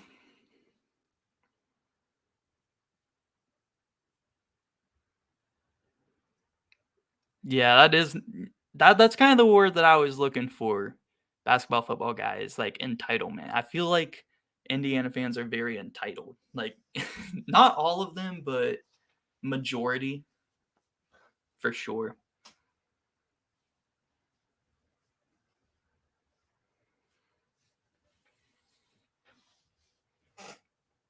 All right, game's back on. 7.5 minutes left to go. Indiana's only up by 4 now.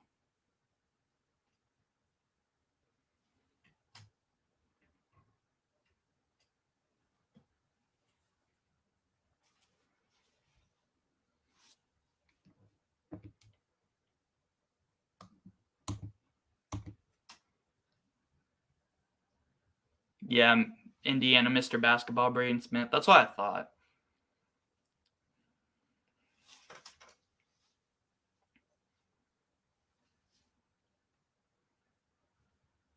Jalen Hood with a nice mid-range jumper for Indiana, back to a 6-point lead.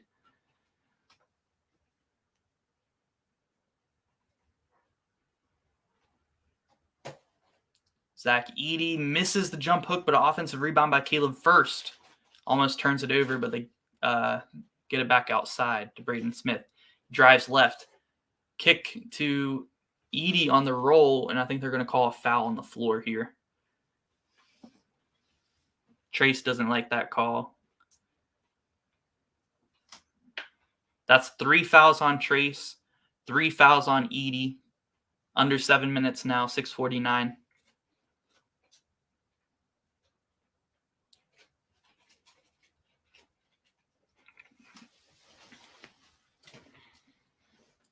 You'll never get over Bob Huggins leaving Kansas State. He was so good. Yeah, he was only there 1 year, but he had to come home, man. WVU is his alma mater, so he had to come home and coach for us because the job opened up, because that was the same year John Beilein left West Virginia to go to Michigan, and John Beilein was good here. So the job opened up at his alma mater, where I think he always wanted to coach here.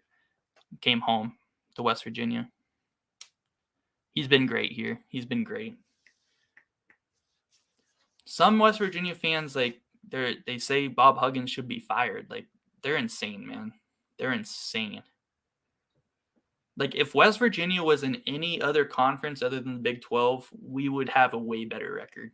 Like, the Big 12, I just think that they don't understand how good the Big 12 really is and how hard competition is every single game. Oh, my God. Putback slam by Zach Edey, back to a 4-point game. Goodness, man. Goodness.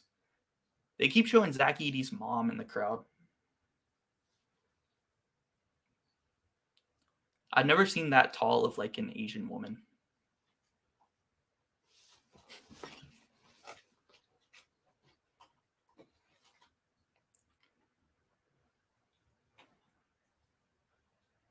Jalen Hood with the mid-range airballed it, but it gets called, or they're going to call a foul. Is that an offensive foul?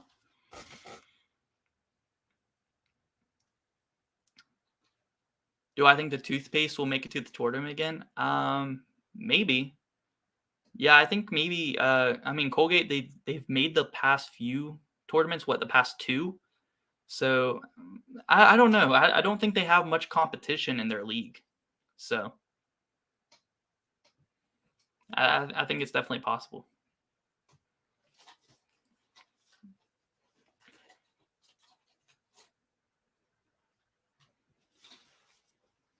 Still 4-point lead. Purdue with the ball can cut it to 2 or to 1 with the 3-pointer. They're going to get it to Zach Edey. Double team coming, but he drop steps left-handed. Shot. 2-point game. 5 minutes left. Let's go, guys. Colgate lost today.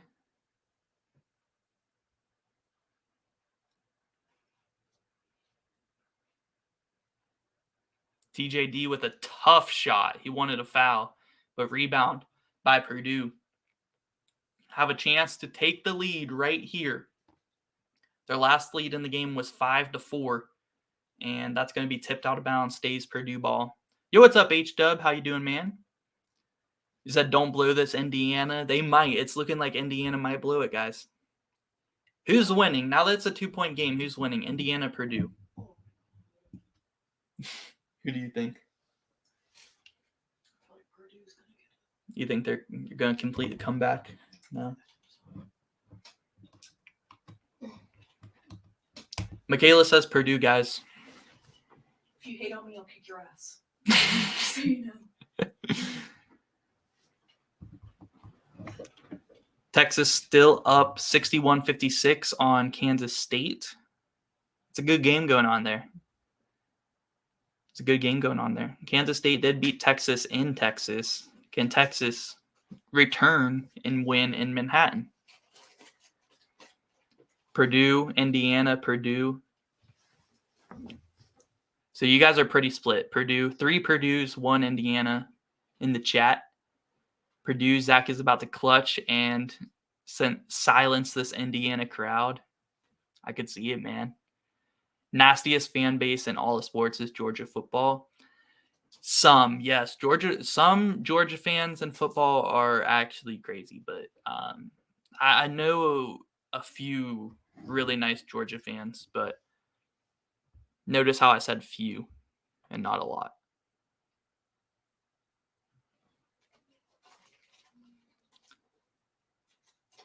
Trace Jackson Davis with a half-court game winner like they did at Rutgers last year. Yeah, that would be crazy. I remember was it Ron Harper Jr. last year at Rutgers hit that half-court game winner?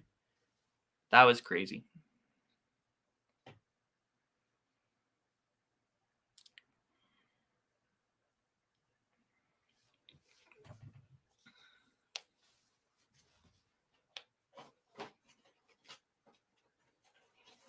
Yeah, I would say the top few like most toxic fan bases in college sports are probably like I'd say at least for college basketball, I go Indiana, Auburn has some toxic fans. Whenever they start winning, like they are so toxic. It was funny, the Auburn fans that were at the WVU game, I heard some West Virginia fans really giving it to them. Really giving it to them.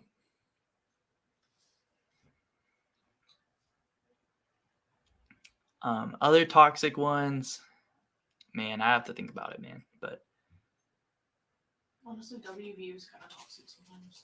yeah, WVU is toxic, but they're more toxic towards like our own team. Yeah. Like they really hate on some of the players like after one bad game. Like our own team is crazy. But I feel like a lot of fan bases are like that towards their own players. Like especially when they have high expectations.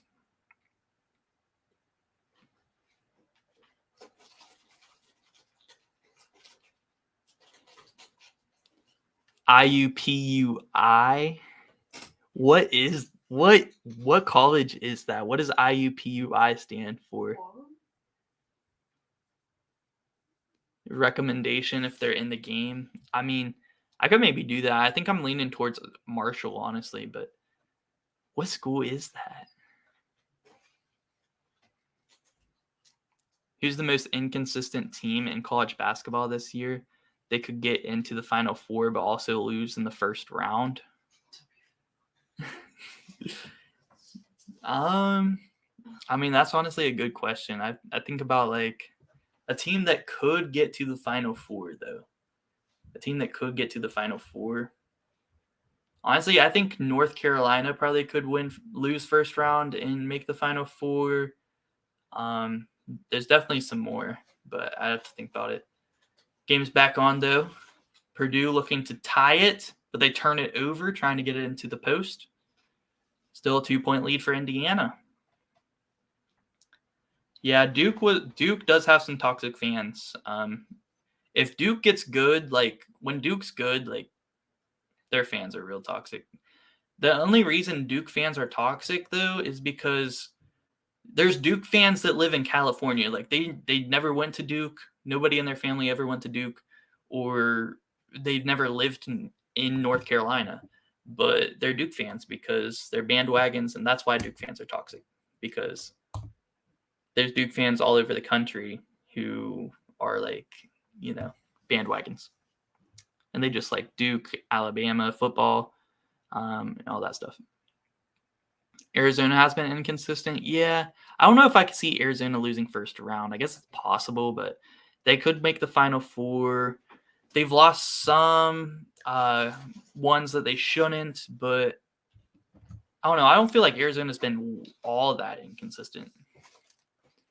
Oh, UConn is the team that's been very inconsistent, but it's not so much back and forth. It's just so much that they had a really good start and a really bad and they've been like not that great in the Big East. But yeah, I could see UConn losing first round or winning the national championship. So I'd probably go UConn for that question.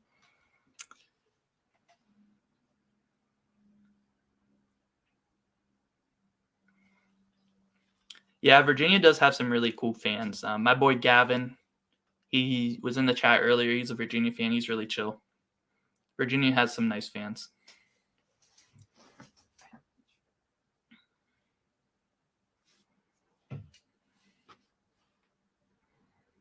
Indiana back on top by 5. So maybe Indiana won't blow it. 5-point lead. Edie in the post. Kick out. Swing. Fletcher Lawyer for 3. No good. Rebound by Morton. Kick out. Caleb First has it in the corner. They're gonna reset. 13 on the shot clock. High screen coming from Edie for Braden Smith. And a steal by TJD, but he's fouled before they can get the transition. Indiana University, Purdue University, Indianapolis. They're one of the worst D1 teams, if not bottom 3. Oh my goodness. Why would they call it Indiana University? Are they like recently new to D1? Because if so, they probably won't be in the game because the game was made in like 2009, 2010. So I think I'm leaning towards Marshall, guys. I think I'm going to do the Marshall.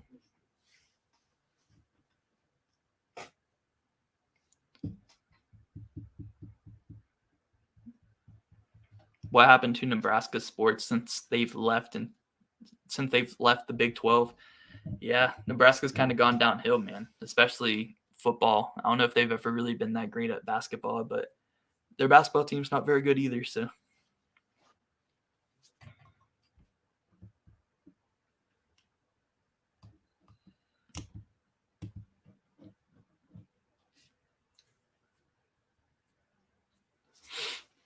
You got to meet Tony Bennett.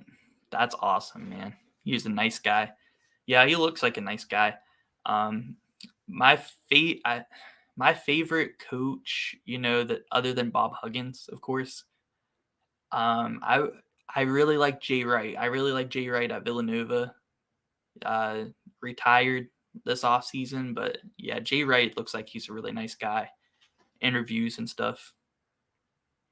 So other than Hugs, I probably gotta go Jay Wright as like my favorite coach of all time for college basketball.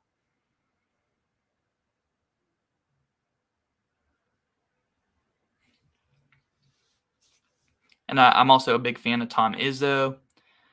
Current coaches that aren't necessarily like maybe Hall of Famers that I really like.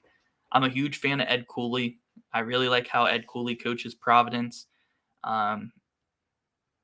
still, like I said, Tom Izzo. He's still currently coaching. So Tom Izzo, Ed Cooley. I really like Shaka Smart at Marquette. Yeah. IUPUI has been in D1 since 97. Goodness. Honestly, I probably have heard of them, but probably never paid too much attention to them. But yeah, that means they're probably in the game, so I could do them, but I think I'm leaning towards Marshall. Marshall sounds really fun to do. So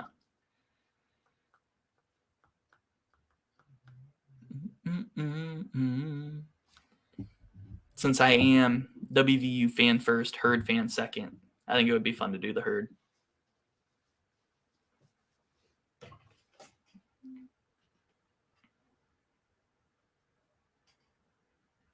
Oh, that's awesome. They did a tribute to Dickie V at the game today.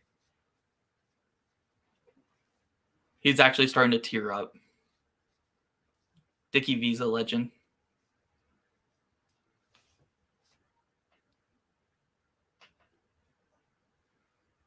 All right, Indiana ball, 3 minutes left.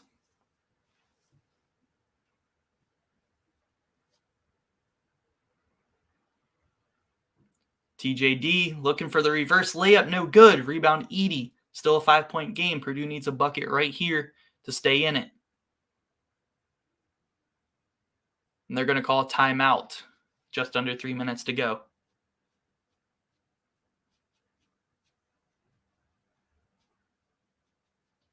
In NCAA basketball, you love how it had CBS and ESPN. The production is so good. I know, man. They need to have like that same type of production if they ever make like a new game.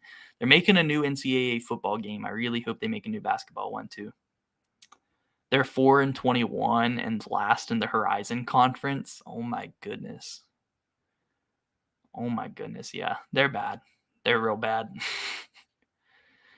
You would definitely watch me stream if I stream that game. Yeah, I might do that stream. I'm definitely going to do the video series of it here soon. Probably sometime real soon, actually. But yeah, we'll have to think about maybe doing some streams of that too. Maybe. Oh no, QT, you guys lost to Tulane. That's tough, guys. That's tough. But Tulane is not like bad. So it's not necessarily like a terrible loss. But since you guys were at home, kind of wanted to win that one. But I think Memphis will bounce back. All right, let's get this game going. Purdue called a timeout, down by 5 with the ball. And it's back on. Let's go. They're trying to get into the post. Fletcher Lawyer's going to drive. He's got to finish that one. He does. 3-point game.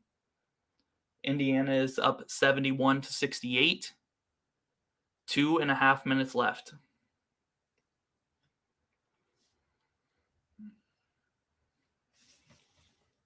Jalen Hood drives, kicks the Miller Cop. Purdue with some tight defense. Here comes the pick and roll. Renew is the roller. Blocked by Edie. Rebound Renew. Stolen by Lawyer. And here comes Braden Smith down. They can cut it to 1 or tie it with a 3. Braden Smith with a floater. Gets it to fall off the glass. 2 minutes left. And it's a 1-point game now. Indiana winning 71-70. Let's go. Braden Smith, 1 for 8 from the field tonight. 4 points. But a big bucket for his first shot to go from the field.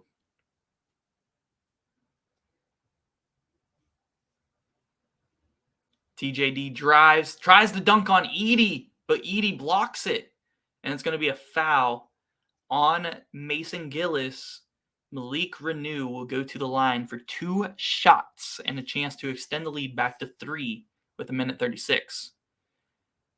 TJD was trying to go up on Zach Edey. No foul on that one, but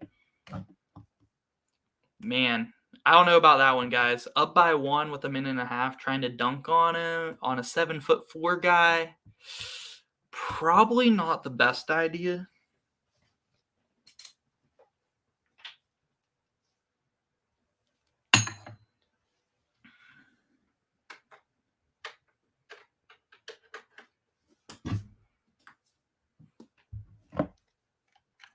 Zach Edey, 29 points and 18 rebounds tonight.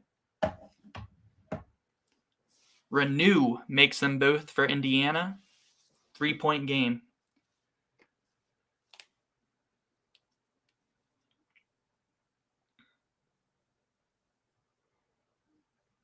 Braden Smith has it. Kicks to Gillis. Thought about a three. Indiana really trying to deny the post. Here comes the pick and roll. Zach Edey's open on the roll. They kick it to Gillis in the corner for the tie.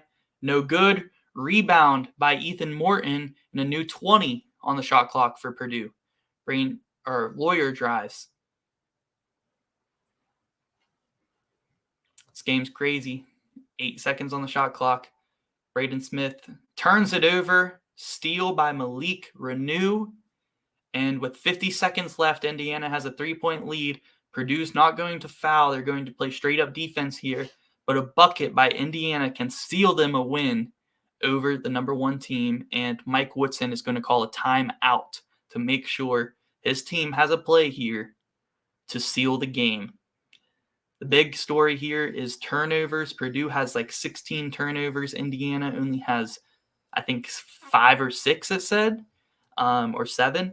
But yeah, Purdue has double the turnovers and free throws. They've missed double the amount of free throws that Indiana has. So that's really been the story. That's how you lose games in college basketball, by turning the ball over and missing free throws. As a West Virginia fan, I know all about that. That's how we lose every game, by turning it over and missing free throws. 2 close games right now. What's the score of Texas and K-State? What's the score of that one, guys? Please, Purdue, only game I have left to turn $1 into 50. Crazy. They need to stop. If they get a stop right here, they're going to have like 20-some seconds. And then I think they probably go for a quick 2 and a foul over a 3-pointer. 1-point game for that one. 66-65, who's winning?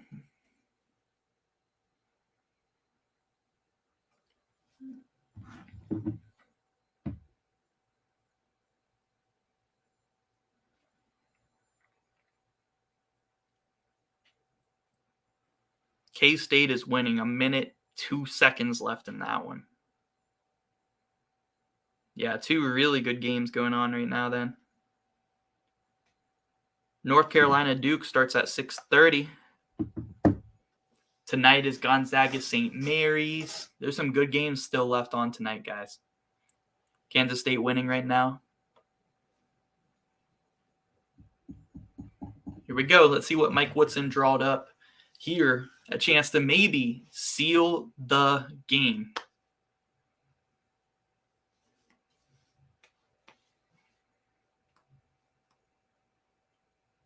Here we go. Jalen Hood with it. 10 seconds on the shot clock. Almost loses it. 7, 6. Oh my gosh. My ESPN app just crashed at the worst timing. No. Come on. Load back up.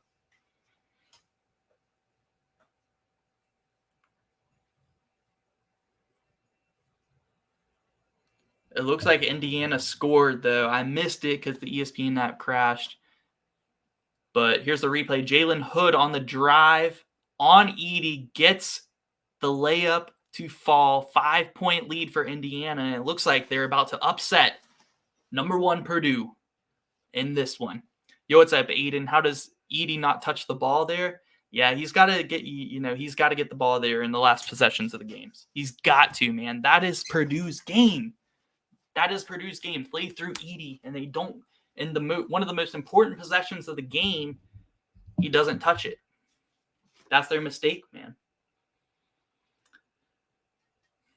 But that's not the reason they're losing this game. The reason they're losing this game is turnovers and missing free throws. Mainly turnovers.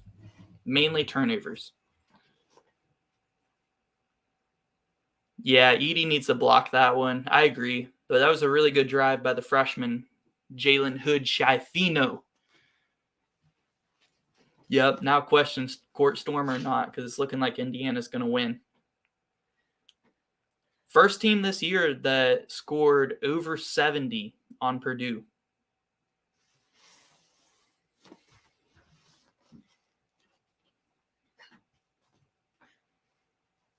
That was a great drive by the freshman right to Zach Edey. That's what I'm saying, guys. You can't be these guys can't be scared to drive on Zach Edey. They gotta go for it, and at least try to draw some fouls on him, get him in foul trouble.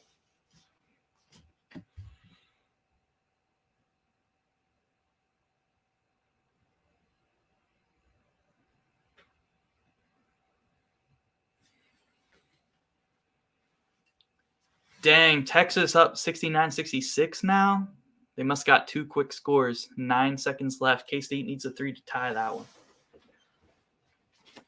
Here we go. This is Purdue. Purdue's got to go for 3 here, right? Purdue's got to go for 3 here, I think. Or a really quick 2. Here's the 2. Zach Edey makes the hook. 3-point game. They got to get a steal or a quick foul. They get it in. Here's the trap and a foul. Miller Cott going to the line for Indiana. And it's going to be 1-1. Only one single bonus right now.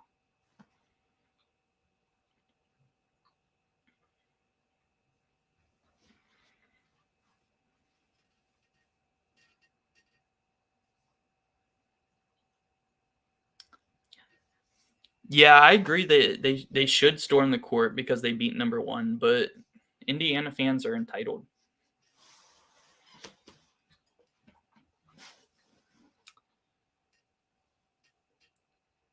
Miller Cott makes both free throws.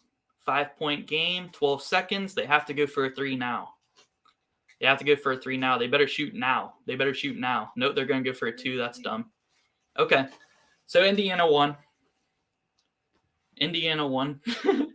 I guess it is still 1-1. So doing that, they're really they have to go for a steal. They can't foul. They have to hope they get a steal or a 5-second violation. That's because if they foul now, it's 1-1 still. So I guess he can miss the first one, and they'd have a chance at a 3. But I don't know, guys. I think you got to go for a 3-pointer there.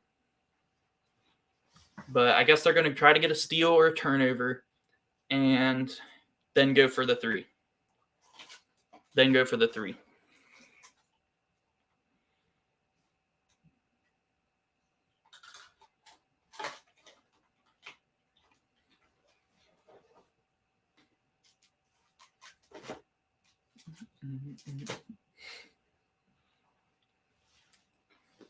They got to get a steal or like a 5-second violation, make them throw it out of bounds, something.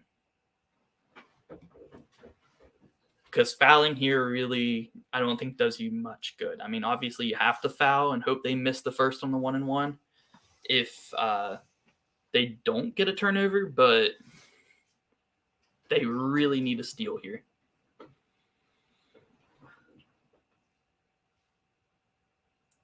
And Indiana's going to call a timeout, almost a 5-second violation.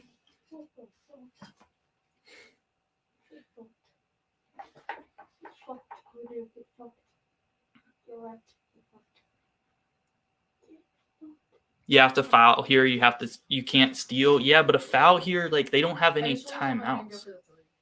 Yeah. The thing about a foul here is there's not enough time. You don't have a timeout. So they missed the first on the 1-1, right? You're going to have under 4 seconds because it's going to take at least half a second to foul. So you're going to have like 3.5 if you foul as fast as you can. And you get the rebound, miss shot on the 1-1. You have 3 seconds to go down the length of the court and make a 3. I think you have to go for a steal here. If I'm coach, I'm saying all out, go for the steal. All out. And then if you can't get it, you got to foul quick. But I say go for the steal. Yeah. Got to go for the steal. All out here.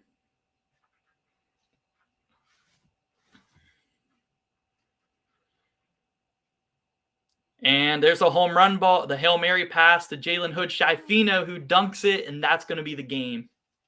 Freshman closes it out for Indiana, and down goes number 1. And, yep, they're storming the court. Yep, here they come. Indiana beats Purdue 79-74.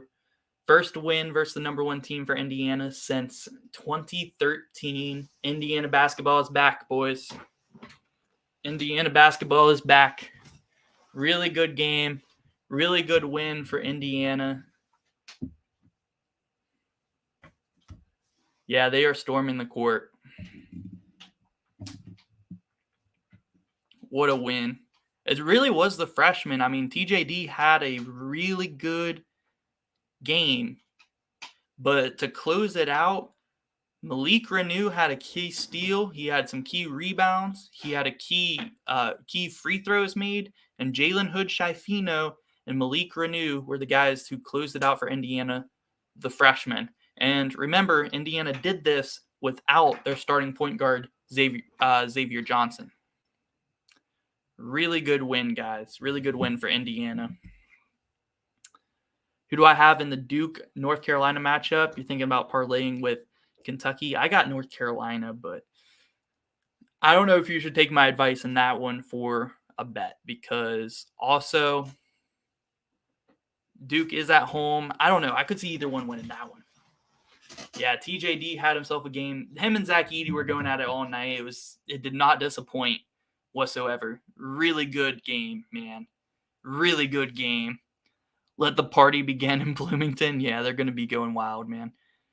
TJD had 25.7 rebounds. Zach Edey had like 33 and 18 rebounds or something like that. Crazy, man. 15 viewers in here. Are the Indiana fans in here now? How are y'all feeling about the win? You believed in Indiana even after Purdue made the comeback? Yeah, I had a feeling. In my predictions video the other day, I picked Indiana to win. So I did think they were going to win. I got a little bit worried because I thought Purdue was coming back, but Indiana answered all of Purdue's runs, and that's what you have to do when you have the lead. The other team is, if they're good, they're going to make runs. You have to answer the runs. I got St. Mary's beating Gonzaga tonight. At home, St. Mary's, the atmosphere for St. Mary's is always good when Gonzaga comes to town. It's always good. It's going to be a packed house. And I also think this is a weak Gonzaga team this year. So I got St. Mary's, man. Number 1 team now. I think Houston probably will get it. I think Houston will probably get it. If they beat Temple tomorrow, they'll probably get it. Crazy Marquette lost to Purdue 75-70. Now Indiana beat them 76-70. Thanks, Indiana. What about UNC Duke? I got North Carolina winning that one, but that one's 50-50 to me. I think it's going to be a really good game, but I think North Carolina will win. I think they just have the better overall team. But it should be a really good game. But that is going to do it for the stream today, guys. It was a really fun game. I'm glad we got the stream during this one. Major court storm in Assembly Hall, and I predicted it right. I said in my predictions video the other day on Thursday night, Indiana would win this game. And I think I said Indiana would win like 80-76 or something like that. I wasn't too far off. And Purdue fans were mad at me because they said no team's ever scored above 70 on us all year. Well, I said they score 80. They scored 79. So not too far off on that prediction. But yeah, guys, really good day for college hoops. Still a lot of good games on. Make sure you guys enjoy those games. I'm going to be watching them, but that's going to do it for today's stream. Appreciate you all coming to hang out, and I'll see you guys in the next one.